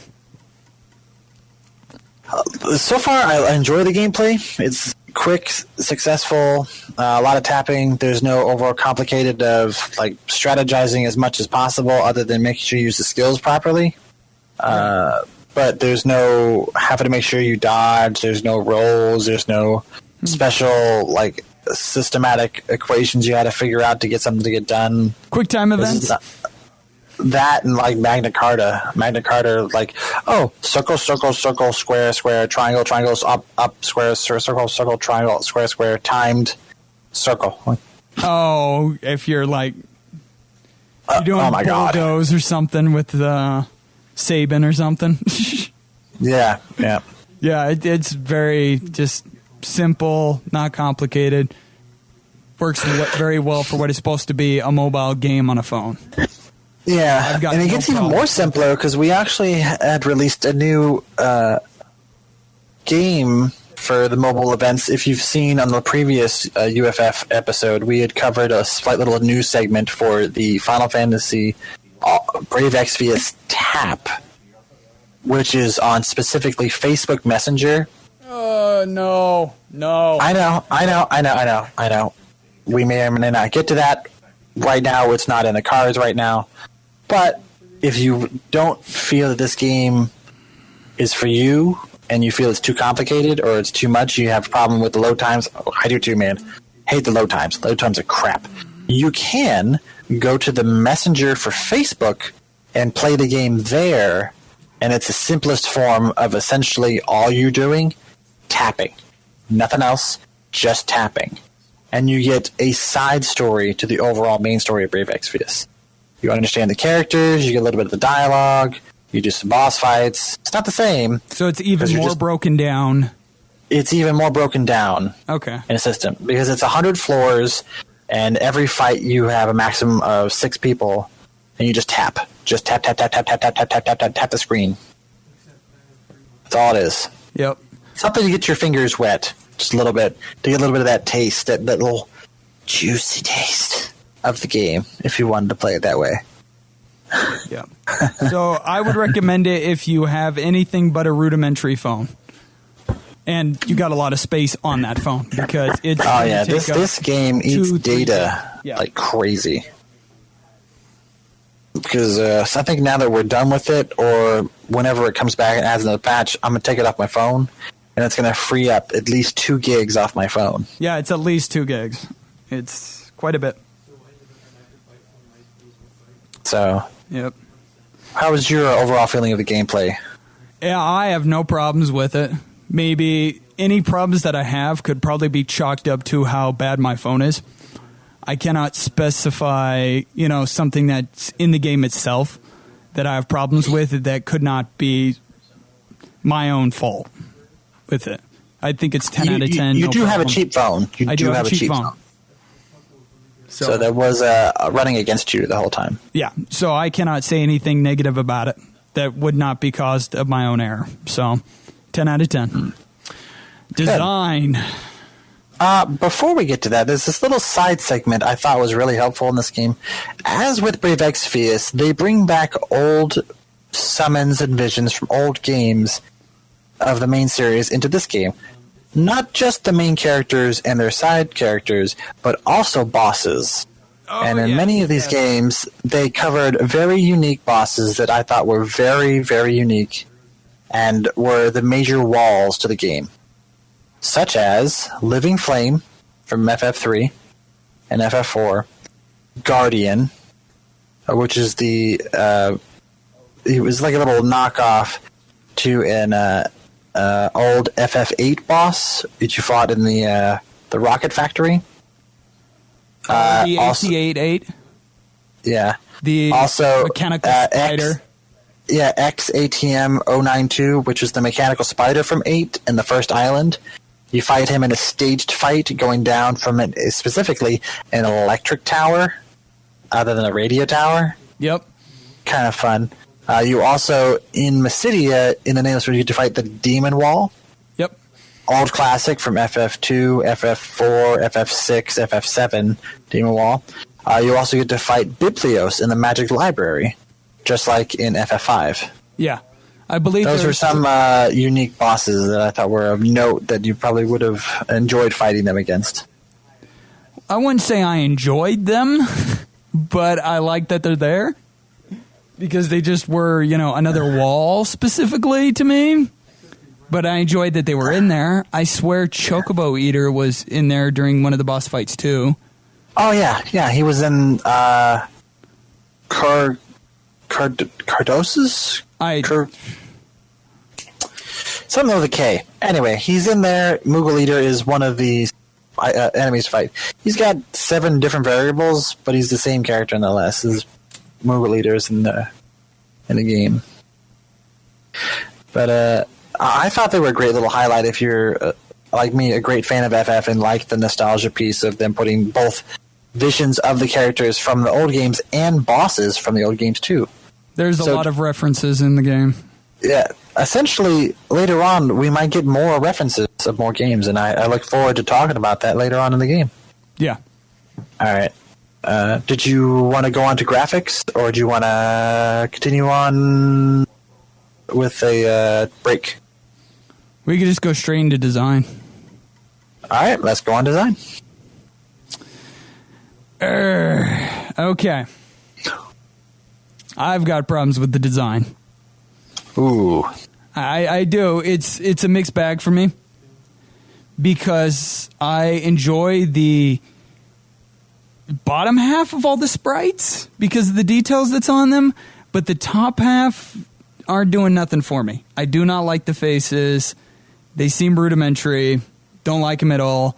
And the fact that instead of displaying emotion, you have emojis during the Yes. Because they chose not to give any of the characters mouths, they have no way to express emotion, really. And because they're all 2D pixelated and they're short, they don't have fully extended animational possibilities to form fully complex emotional constructs of reactions. But so they have to use emojis. Willing to put all the details in the background or the foreground in a 2D game to make it look like it's 3D. They took time to do that, but they wasn't willing to do that on the actual sprites themselves. Well, I feel like they did that because they wanted to save on data space, because the overall content of connecting to the server, all the side content, all of the story content, all the bosses and raids took up a vast amount of data. Now, imagine what the data would be if you had a fully 100% 3D rendered character and every pixel rendered at full graphical possibility on your phone with every emotional animation. Isn't that Mobius? Yes, that is. Yeah. But so I guess you might imagine the fact that how much data do you think it's going to take on your phone? Quite a bit. A lot. So I think they made a corrective decision because they made Mobius first and they made this one. So I think they had chosen to go cut back on the raw data and do gameplay mechanics rather than overall visual quality. Right.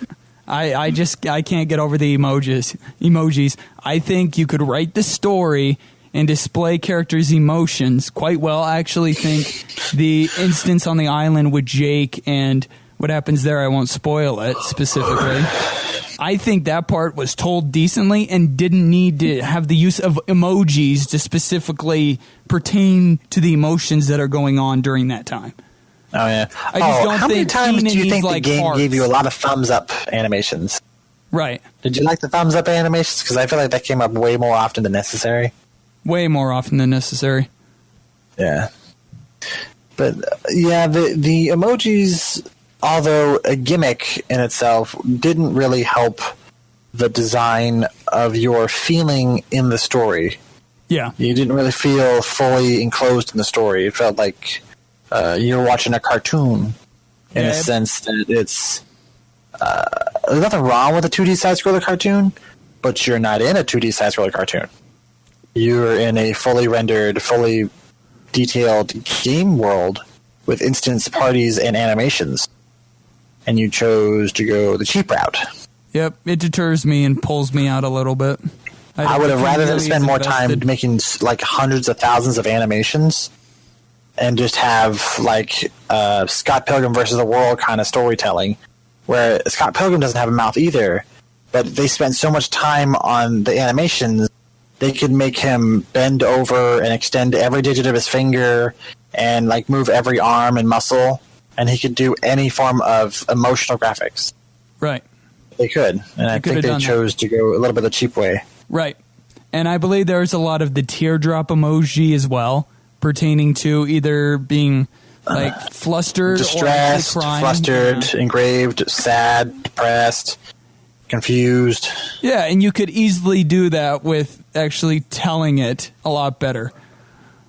Or make an animation like Ash Ketchum in Pokemon. Make him tilt his head over like, ah. Right. They didn't do that. They chose not to. They chose to save the money on the animations and just go the cheap route with emojis. Right. Which I'm right there with you, man. I'm right there with you. I also don't agree with that concept. I think they should have spent more time with the animations. I would have clapped for it, but this is not one of those. Erase those claps. This is not a clapping moment for them, for the design. But overall, how do you feel about the animations themselves? Do you feel that the animations of their effects, when they swung the sword, their overall detail of magical effects, the 3D summon animations specifically that were actually fully 3D rendered? Yes. What about those? I enjoyed those specifically on characters that I've loved from the series. So things like Garnet and Vivi actually seeing their own specific attack animations, or even Lightning for that matter, was cool. Because you get her to attack twice, then she goes back, shoots with her gun, and then goes back in and attacks again. It matches what the characters do in the games. So as far as the animations of themselves with the sprites, phenomenal. I loved it.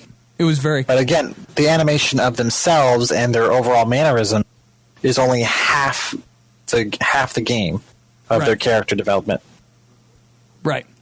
And the 3D actual renderings, I was happy because I loved that it's actually more detailed, because one of the things you look forward to in a Final Fantasy game is the summons and their animations.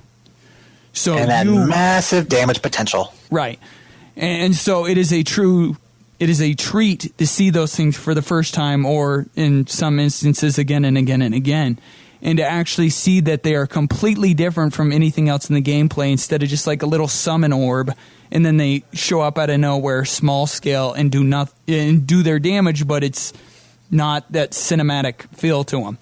Would you say that they went ahead and broke a couple piggy banks to make those graphics for those summons pretty nice and sturdy? Yeah. I don't know how much it really broke the bank per se, but I guarantee you they put a little bit more of a budget into that specific area to make that more of a highlight of gameplay as opposed to just regular attack animations. Yeah. It was awesome, and I think I enjoyed Ifrits the most. Sirens is just Sirens, because, come on, nobody looks forward to seeing her play the harp and a little bit of water comes out. Come on. Hey, man, it was really helpful in later game if you actually got her to higher level. Her sleep spell would almost guarantee any enemy goes to sleep. Right. I am referring to how it looks as opposed to its effectiveness, because I don't really enjoy carbuncles summoning either, whether it's in 8s or in this one. But yeah, we haven't found a very mage-heavy kind of group of enemies yet. Right.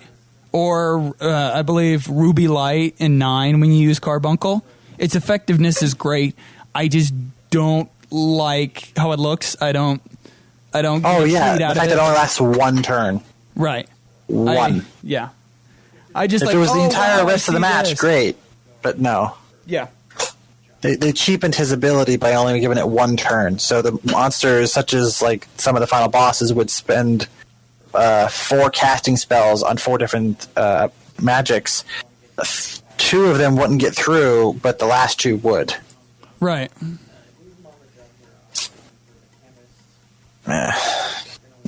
So that part of design is great. The overall design of carbuncles I didn't really appreciate. I did like Sirens. Sirens was actually beautifully textured. The water drop mixture, the rainbow feather, the overall quality of her hair, the harp, the movement of the hands. Pretty much the detail work of that, great. Same with Shiva. Ifrit, I think, was a little bit quick-paced. I didn't really get a lot of detail out of him. He's mostly he's moving in the animation so much you can't really see it all that well. Ramu's is good. Titans is good. I like them. I didn't get this chance to see Tetrasylphid. Bill would probably have a better answer for that one. Lakshmi's a good one. Lakshmi's a healing summon. Okay. Those last 2 you mentioned for the last 2 islands, I did not get nor touch. Lakshmi was on the island of Granoa. So she'd be really helpful later on if I level her up enough, but really wish I got her earlier on. That would have been really helpful. But alright, that's pretty much all I have for graphics and design. Yep. How do you feel like you got everything out about the graphic design? Do you feel like you have anything else you want to cover? Soundtrack. All right. What do you think of the soundtrack?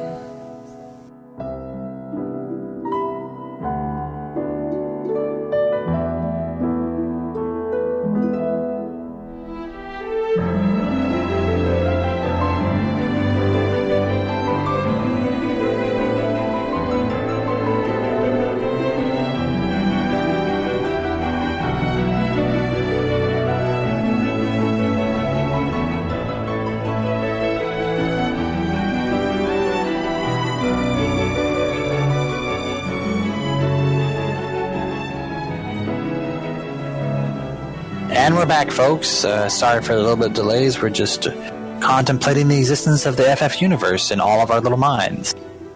But on to more pressing patterns. Let's focus on the pattern of Brave Exvius, such as the pattern of beautiful music that it actually likes to compose. Correct. What do you know about the music, Jake? I don't know anything specifically about the music other than I enjoyed it. I have not listened to anything but the Ariana Grande song outside of it, but I'll get into that later. That'll be a fun little pandering in a minute. We'll save that for later. We have our own little piece of nugget of information for that little nugget. Jesus. But from what I know is that most of the music, almost 98% of the music, was composed by Noriyasu Akamatsu. He made most of the soundtracks. He also collaborated with our old pal and favorite friend of music, Nobuo Uematsu, who made 4 specific songs on the soundtrack. Right now, I don't actually know the names of the songs, but I can tell you which ones they are. It's M5 on disc 1, and track M21 on disc 1, M8 on track disc 2, M21 on track disc 2. Total of 42 songs of the overall soundtrack. If you wanted to, Jake, if you can't remember any of the songs, I posted a nice little link on the... I remember them. I just Google don't Drive. listen to them outside of game. I swear that FF12, the main theme, the Final Fantasy main theme, is the exact one from Final Fantasy 12's. The prelude, I swear it's the same exact one. It probably is. It sounds almost the same. Most of the FF12's beginning actually sounds the same as FF6 and FF3, just with more clarity in it. It's still the same. It's not much of a difference. Not much. But I'm sure there were some other songs that you probably appreciated in like some of the boss fights. Some of the overall emotional feelings. What was your overall emotional feeling towards the music? I kind of like the music. I just don't feel it was very memorable. No. For a lot of it, I'm not listening to anything outside of game. I tried to and be like, oh, let me use this as a highlight and maybe throw this onto a playlist somewhere. Nope. But to its credit, I didn't get sick of how many times I heard the main hub or any of the moody music for the boss fights, or, sorry, not the boss fights, but the specific set pieces of emotion that's going on. None of it deterred me and made me hate it, no matter how many times I've heard it. So none of that was like the old cliche Chocobo song, repeated over and over and over and over and over and over again? You never got, like, flustered or wanted to turn it off? No, I didn't. Yeah. Most of the time, I didn't really hear the Chocobo music until I got to the Fat Chocobo, and then, not exactly. bad. So I didn't touch that. So, but overall, the battle music I quite enjoyed. It's not as memorable as some of the main series ones. I didn't feel like it was strongly sticking into your mind, but it's the quality. Look at that. Some of it's not very memorable. I can't remember the name of any of the songs. I can't remember any of the overall jive of the songs. you can't go, oh, that one track And yeah, this is not one of those like main series ones. I know Noriyasu spent a lot of time on these tracks and he got awards for them. Yeah, I'm not denouncing they're great songs. I don't remember a single one. Sorry, man. I can't really benefit you with that. I can't remember really any of them. Right. Other than the battles theme and probably some of the boss fight music. They were nice. But so it's passable. It's passable and not bad at all. It complements the game enough that it should, but nothing that you're gonna say, "Hey, play this game because of its music." No. Yeah. You're not gonna be doing that. So, all right.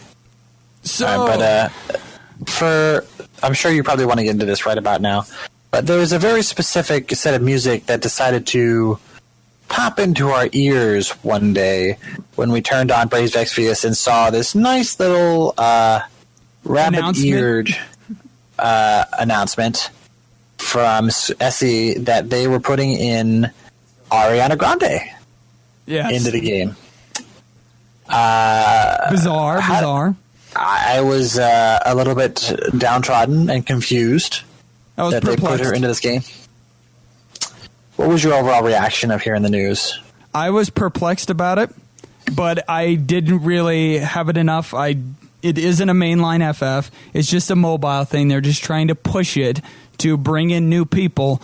And if a pop angle is supposed to bring that in further, I understand why they did that. And it doesn't really. I have no preference for the music. It's just a gimmick. It's not something that's a highlight factor. Right. It's just a side piece. Yep. I have no love for Ariana Grande and the music, but I'm not detesting it enough for me to say, "Hey, look, I'm never going to play this because this is going on during this time." I think that's just bad reasoning for it. Yeah.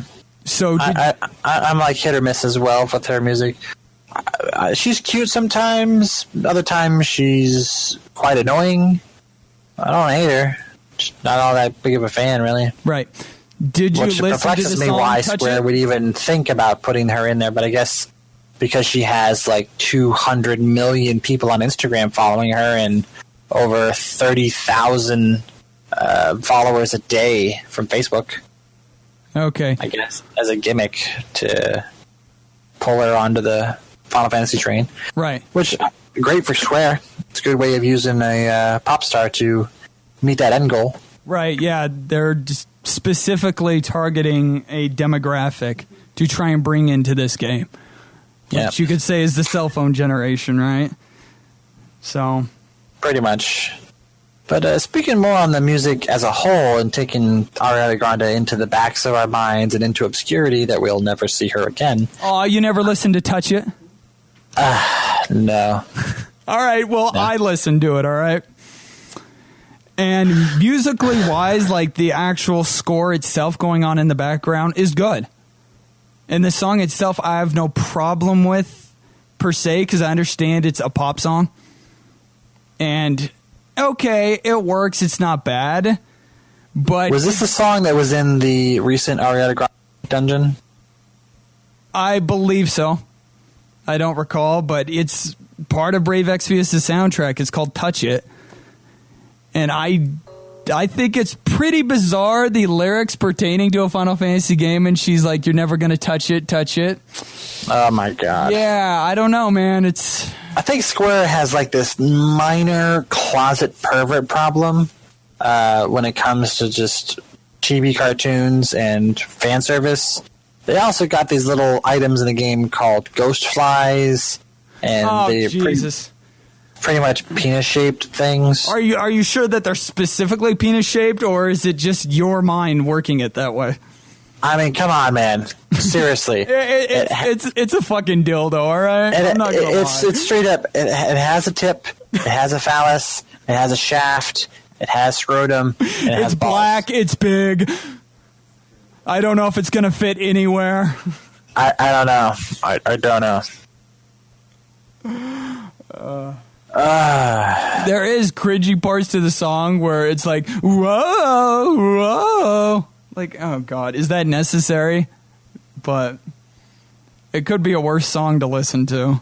I'll say that. Yeah. I'm not a huge fan of listening to it. Just right now, I'm just actually doing research on the song, see what the song sounds like, just to even hear it.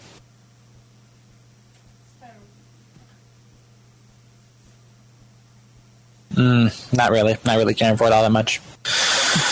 You're not going to suffer for the episode? No? Nope. Oh. Okay. Well,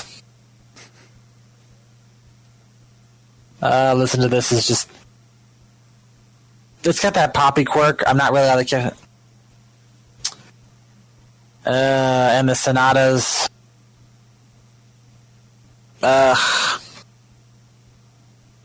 Just listen to the background of it because it's not bad. Like the actual.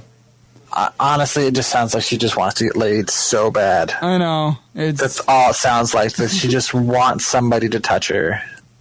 Even though she's proclaiming, "Ain't nobody gonna touch you." Yeah. And repeating it over and over again.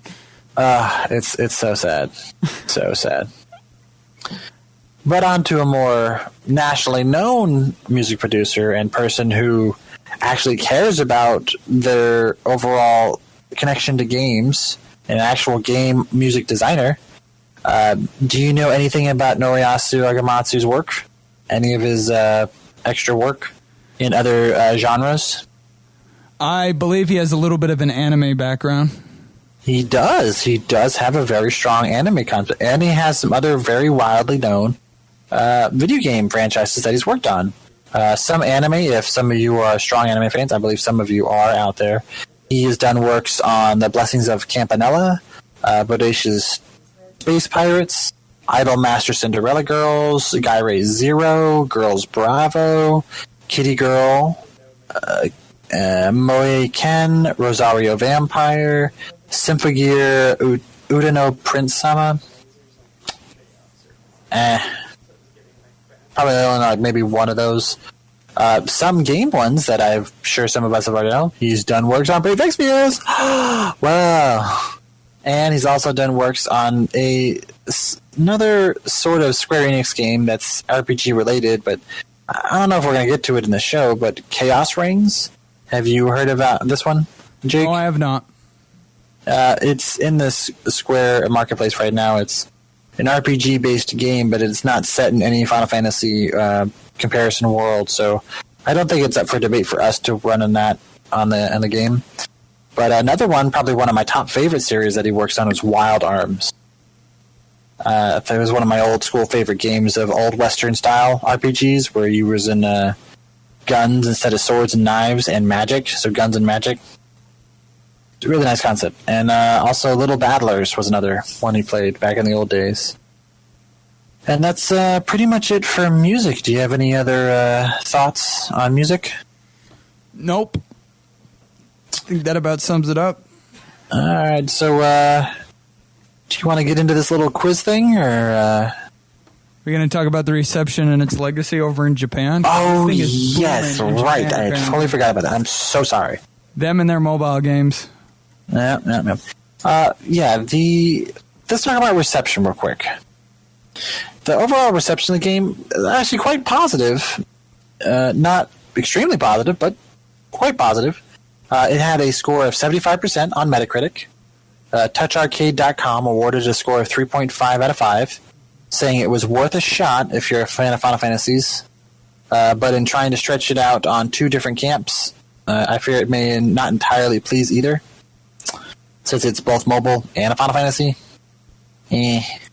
I'm agreeing with you there. As of 2016, the game has been downloaded 5 million times. That's pretty good achievement for 2 years. Mobile titles like Exvius helped Square achieve profitability in 2015 in conjunction with other mobile titles that it created. So it was actually very profitable for them for the year. Yeah. It's still currently being pushed in Japan. Mm-hmm. So we'll look forward to seeing what else it brings out later on the road. Yep.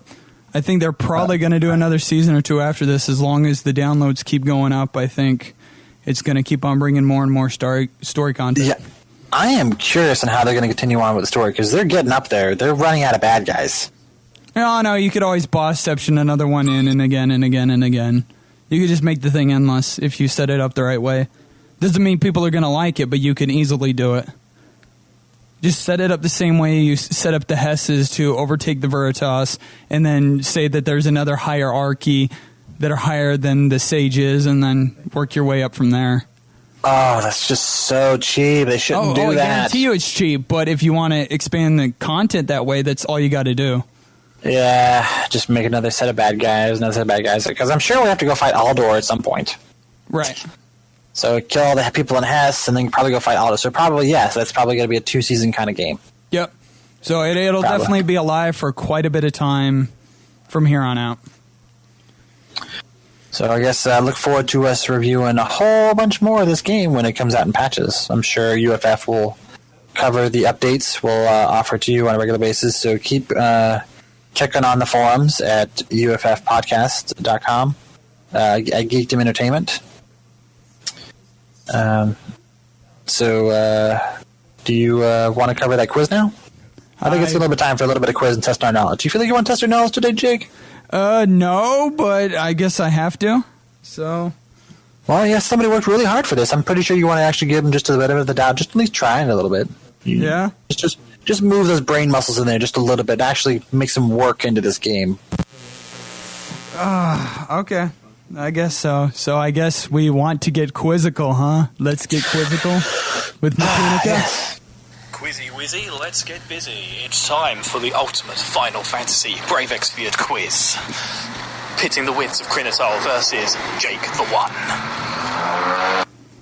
Oh boy, with a phenomenal car sound in the background. Thank you for that intro, Metunnica. Good job, buddy. All right, so it is officially quiz time. You want to lay out the rules first, Krinital, and what is on the line? Alrighty, folks. Today on this quiz, we're going to have these specific questions, a total of 8 possible, with a 1 possible bonus question in it. The rules are simple as follows. Each question is available for only 1 point. The winner gets that point. Unless otherwise stated, each question is only worth 1 point. Beginning of the game, Jake, or whoever has a coin, flips it. Heads or tails gets to go first for answer the questions. Upon completion of the quiz, as soon as you finish, the winner gets to choose the next game we play for mobile UFF. Yay! So do you have a coin, Corinne? I do. All right. All right, ready? Yep. Heads. And tails. All right. All right. What is the name of the girl on Zombie Island that you help Avenger, her mother? Sorry. Great. Her mother's death and kill Dr. Lazaroth. Ooh, dang it. Metunnica, did you write this one out, dude? Because he did write them all out. English. It's English. So, do you know the answer? I honestly think... I honestly can't remember what her name is. I thought it just starts with an M. Like Martha is what I think my guess is going to be. Yeah? Yeah. What's your guess going to be? Because I got nothing else. I can't remember what it is. Mom. That's my guess. It's Mom. Mom? M-O-M? Yes, Mom. I have no idea on this, so... All right. Let me tell you the answer.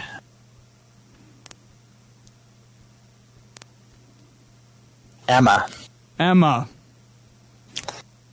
Okay. There was an M. I did remember the M. All right. Who is the woman you meet on Aldarian, the water island, that is Laswell's love interest? Charlotte. No idea. Yeah. My guess is Charlotte. The answer is... Charlotte. Yay, you get 1 point. Yep. All right. All right, so it's 0 for 1.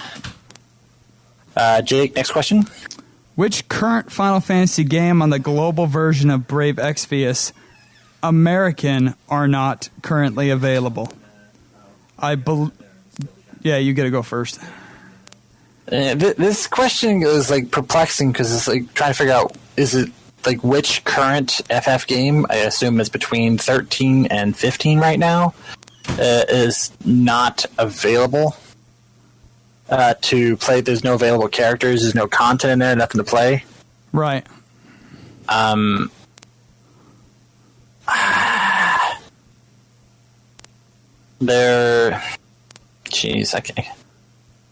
There's 15 characters, there's 13 characters, there's 14 characters, there's 11 characters, there's Type 0 characters. All right, my answer specifically is Mystic Quest and Crystal Chronicles. Yeah, honestly, I don't know. I don't know the answer to that one. All right, what's the answer? So, I'm going to guess it's World of Final Fantasy. Good job. FF7 and FF8 was the answer. What? Yeah. Metunnica, what? I'm hella confused here. There's no current Cloud Vision or Squall Vision in the game. There's no characters from either of them. Okay, he maybe needed to phrase that a little bit better, because I still think me and Schweiss are right on this. Well, this within the context of the question, we're still right. Let me read question 3 for you when he says it. Question 3. Which current Final Fantasy games on the global version of Brave Exvius are not currently available in the current game? Mainline games only. Oh. None of us heard that fucking part. Yeah. Okay then, question 4. Well, he has a bonus question in case we either failed or passed question 3. Here's the bonus question for question 3, since we didn't get 3. At least we might get points for this one. What 5 possible non-FF related media has characters appear in FF Brave Exvius? Okay, this is another badly perplexed question, because depending on when you go into the game and its current events, it's not like you have an entire history. Well, I'm pretty sure the Wikia probably has a history of it, but when you go into the game right now, unless you know specifically those games, you have no fucking idea that those characters are from Nier Automata. Or Ariana Grande. Right. Or... So that's like a half-loaded question right there. But there's 5 possible ones out of the entire list of the game, and you had to have looked at the wiki. Yeah, which has nothing to do with you playing the game. Right? I know, it's a rigged question, but Thank you got the other one, so it's just 3 bonus. The answer are... Crystal Defenders, Brave Frontier, Secret of Mana, Nier Automata, Ariana Grande. Okay. Those were the possibles. Alright, so... Now for a real question. Okay. What is the name of Rain's mother? You go first. No idea. Sophia. Okay. The name is Sophia. Oh. Krinatal with the point. That's 2. All right. Here's question number 5. What is the current top rank, that number at the top of the screen, for America and Japanese? 1 point for each correct answer. Do you know the number? 150 for the United States, 200 for Japan. I'm going to say 200 for America and 300 for Japan.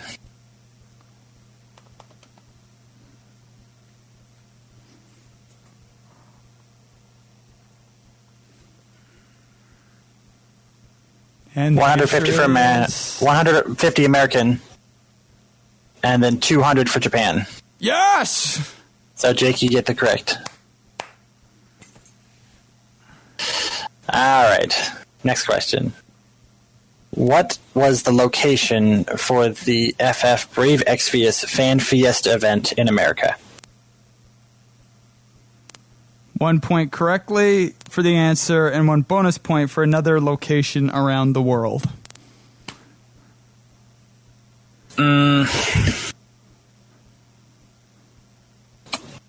I feel like they had a Fan Fiesta in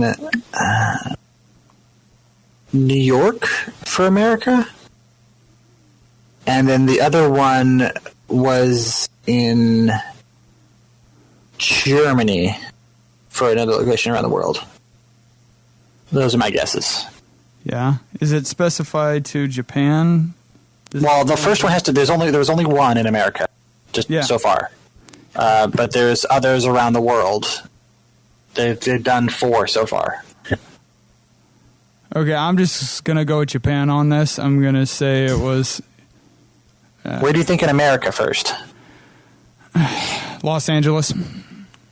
Okay. I'm thinking it happened in LA. Around the world? Anywhere? Just Japan? Yeah, just Japan somewhere. I don't know the specifics in Japan. So somewhere in Japan for the other one. All right, let's just go over to question 6.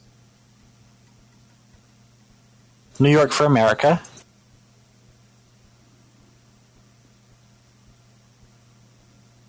Paris. Taipei. That's Taipei.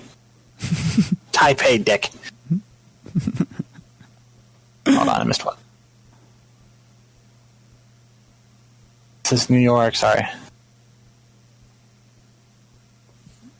Paris, Taipei, Seoul, South Korea, LA. Yeah, all right.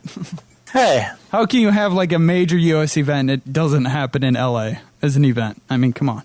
I don't know. But that's 1 for each of us, so that's 1. I got 1, 2, 3. I got 3 so far. What about you? I don't know. I haven't been keeping track. I think I got the top. 2. You said the top rank. What was your guess? You got the correct answer for top rank. Yes, I did. So that was 1 for you, and you got 1 for the LA. Yep. So you got 2 points. Yeah. I got 3. You got 2. All right. Next question. Ooh, here we go. According to the FF Wikia, what really? is the? I know. What is the rarest summon unit, Vision, not Guardian Force, you can get? Orlando. I don't care if that's the wrong answer. That is the truth. That is the rarest drop, all right? I've spent so many summon tickets trying to get Orlando, all right? It just is. There's no question. It's period. He's the hardest. I don't doubt that. Can't really say what the rarest one. Probably be... I'm going to say Ishtola from FF14. Okay.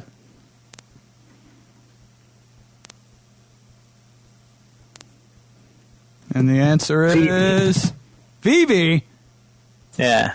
Okay. I didn't see too many Vivis running around, so probably like 1 or 2 my entire playthrough, so I think I have him too. Alright, so nothing got that one. Alright, last question and the winning chance to win the game. You do the question. I've done the other ones. What is the names of each of the Sages of Hess? Half a point for each correct answer. Yeah. Chance for other teammate to steal a point for each unnamed Sage. Okay. Go ahead. You've officially won.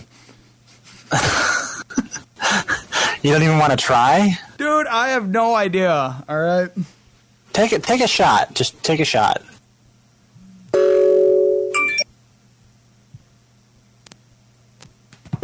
Nothing and nothing. I have no shots. Venus, Soul, Behemoth, Dark Vampire. Oh yeah, I remember Soul. Okay. And I don't remember what the fifth one is.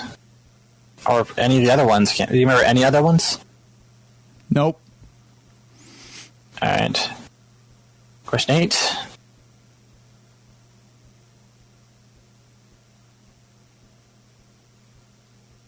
Alright, and it's our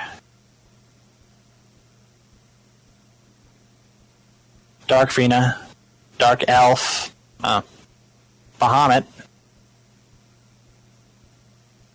Behemoth, Soul, You said Heart Soul. of Babel, Main Engine Invincible, Mother Hess. Those are all of them. And ta-da! Did you get As them we all? already No, I got 4 out of possible 8. But I got half a point, so I got 2 points. Total 5. Yeah. So I won. Hey, the winner is Krinital. What game did you pick? God. We gonna do Pictology in Japanese? No. Oh, you're no fun. We'll make that the next game. The next game of our possible list of games to pick are going to be... We got Mobius, there's Dimensions, there's Record Keeper. I'm going to give you guys a break, and we're going to do...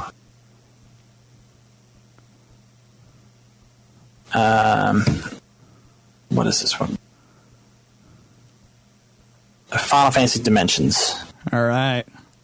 We'll do FF Dimensions. Dimensions it is. So the next game we will play will be Final Fantasy Dimensions. Me, Krinital, and Metunnica. And hopefully Metunnica will be able to join us next time. But, life happens. Kids come first. So... Yep. You got any sign-off?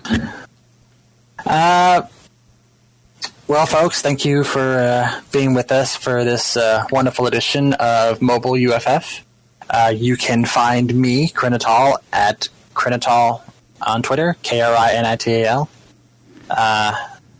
Jake, do you have anything you want to add? None too much. You can find me under the Geekdom Entertainment Hosts tab. I'm in there, and yep, you can contact me through there. There's one way, or at Wandering Flame on Twitter. And yep, that's it. So hopefully you will join us in the next mobile Final Fantasy.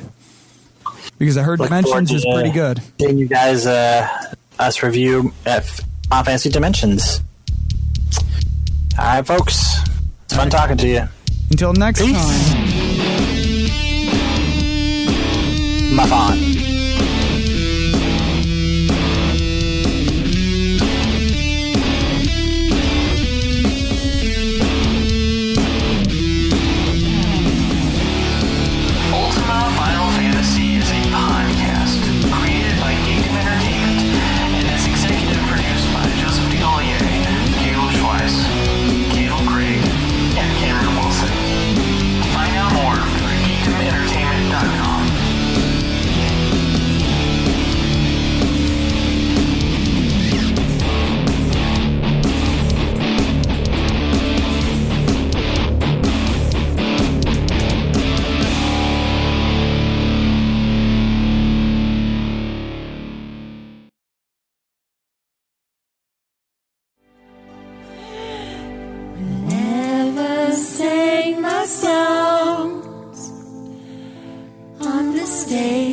On my own, whenever said my words, wishing they would be heard. I saw you smiling at me. Was it real or just my fantasy?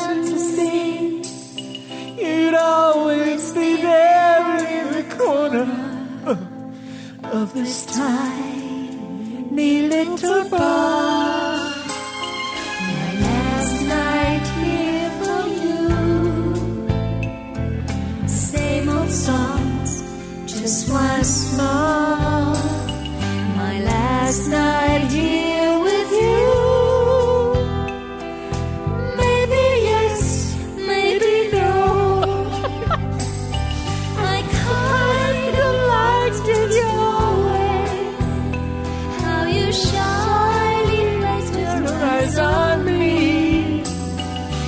Did you ever know that I had mine on you?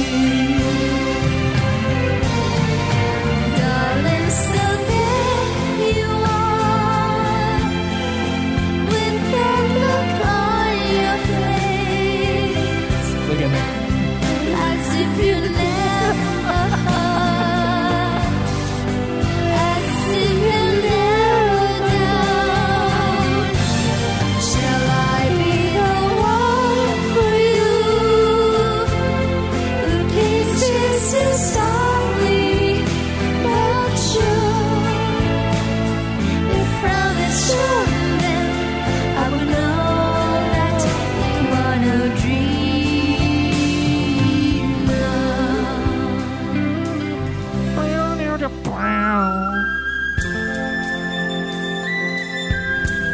Mighty of Titanic, just a little bit.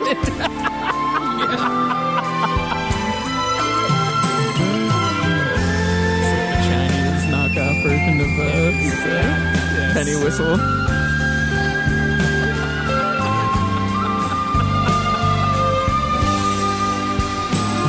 So let me come to you, close as I wanna be, close enough for me This is close enough to for me. feel your heart beating fast. Close, but not too close. And say the rose I whisper, how I love you, peaceful eyes on me. I covered the song and I don't remember this verse. Did you ever know that I had mine on you? Darling, so share with me your love if you had enough. Your tears if you're holding back, or pain if that's what it is. I don't know. It could be anything. How can I let you know I'm more than a dress and a boy? I don't think a guy has ever thought of a woman as just a dress.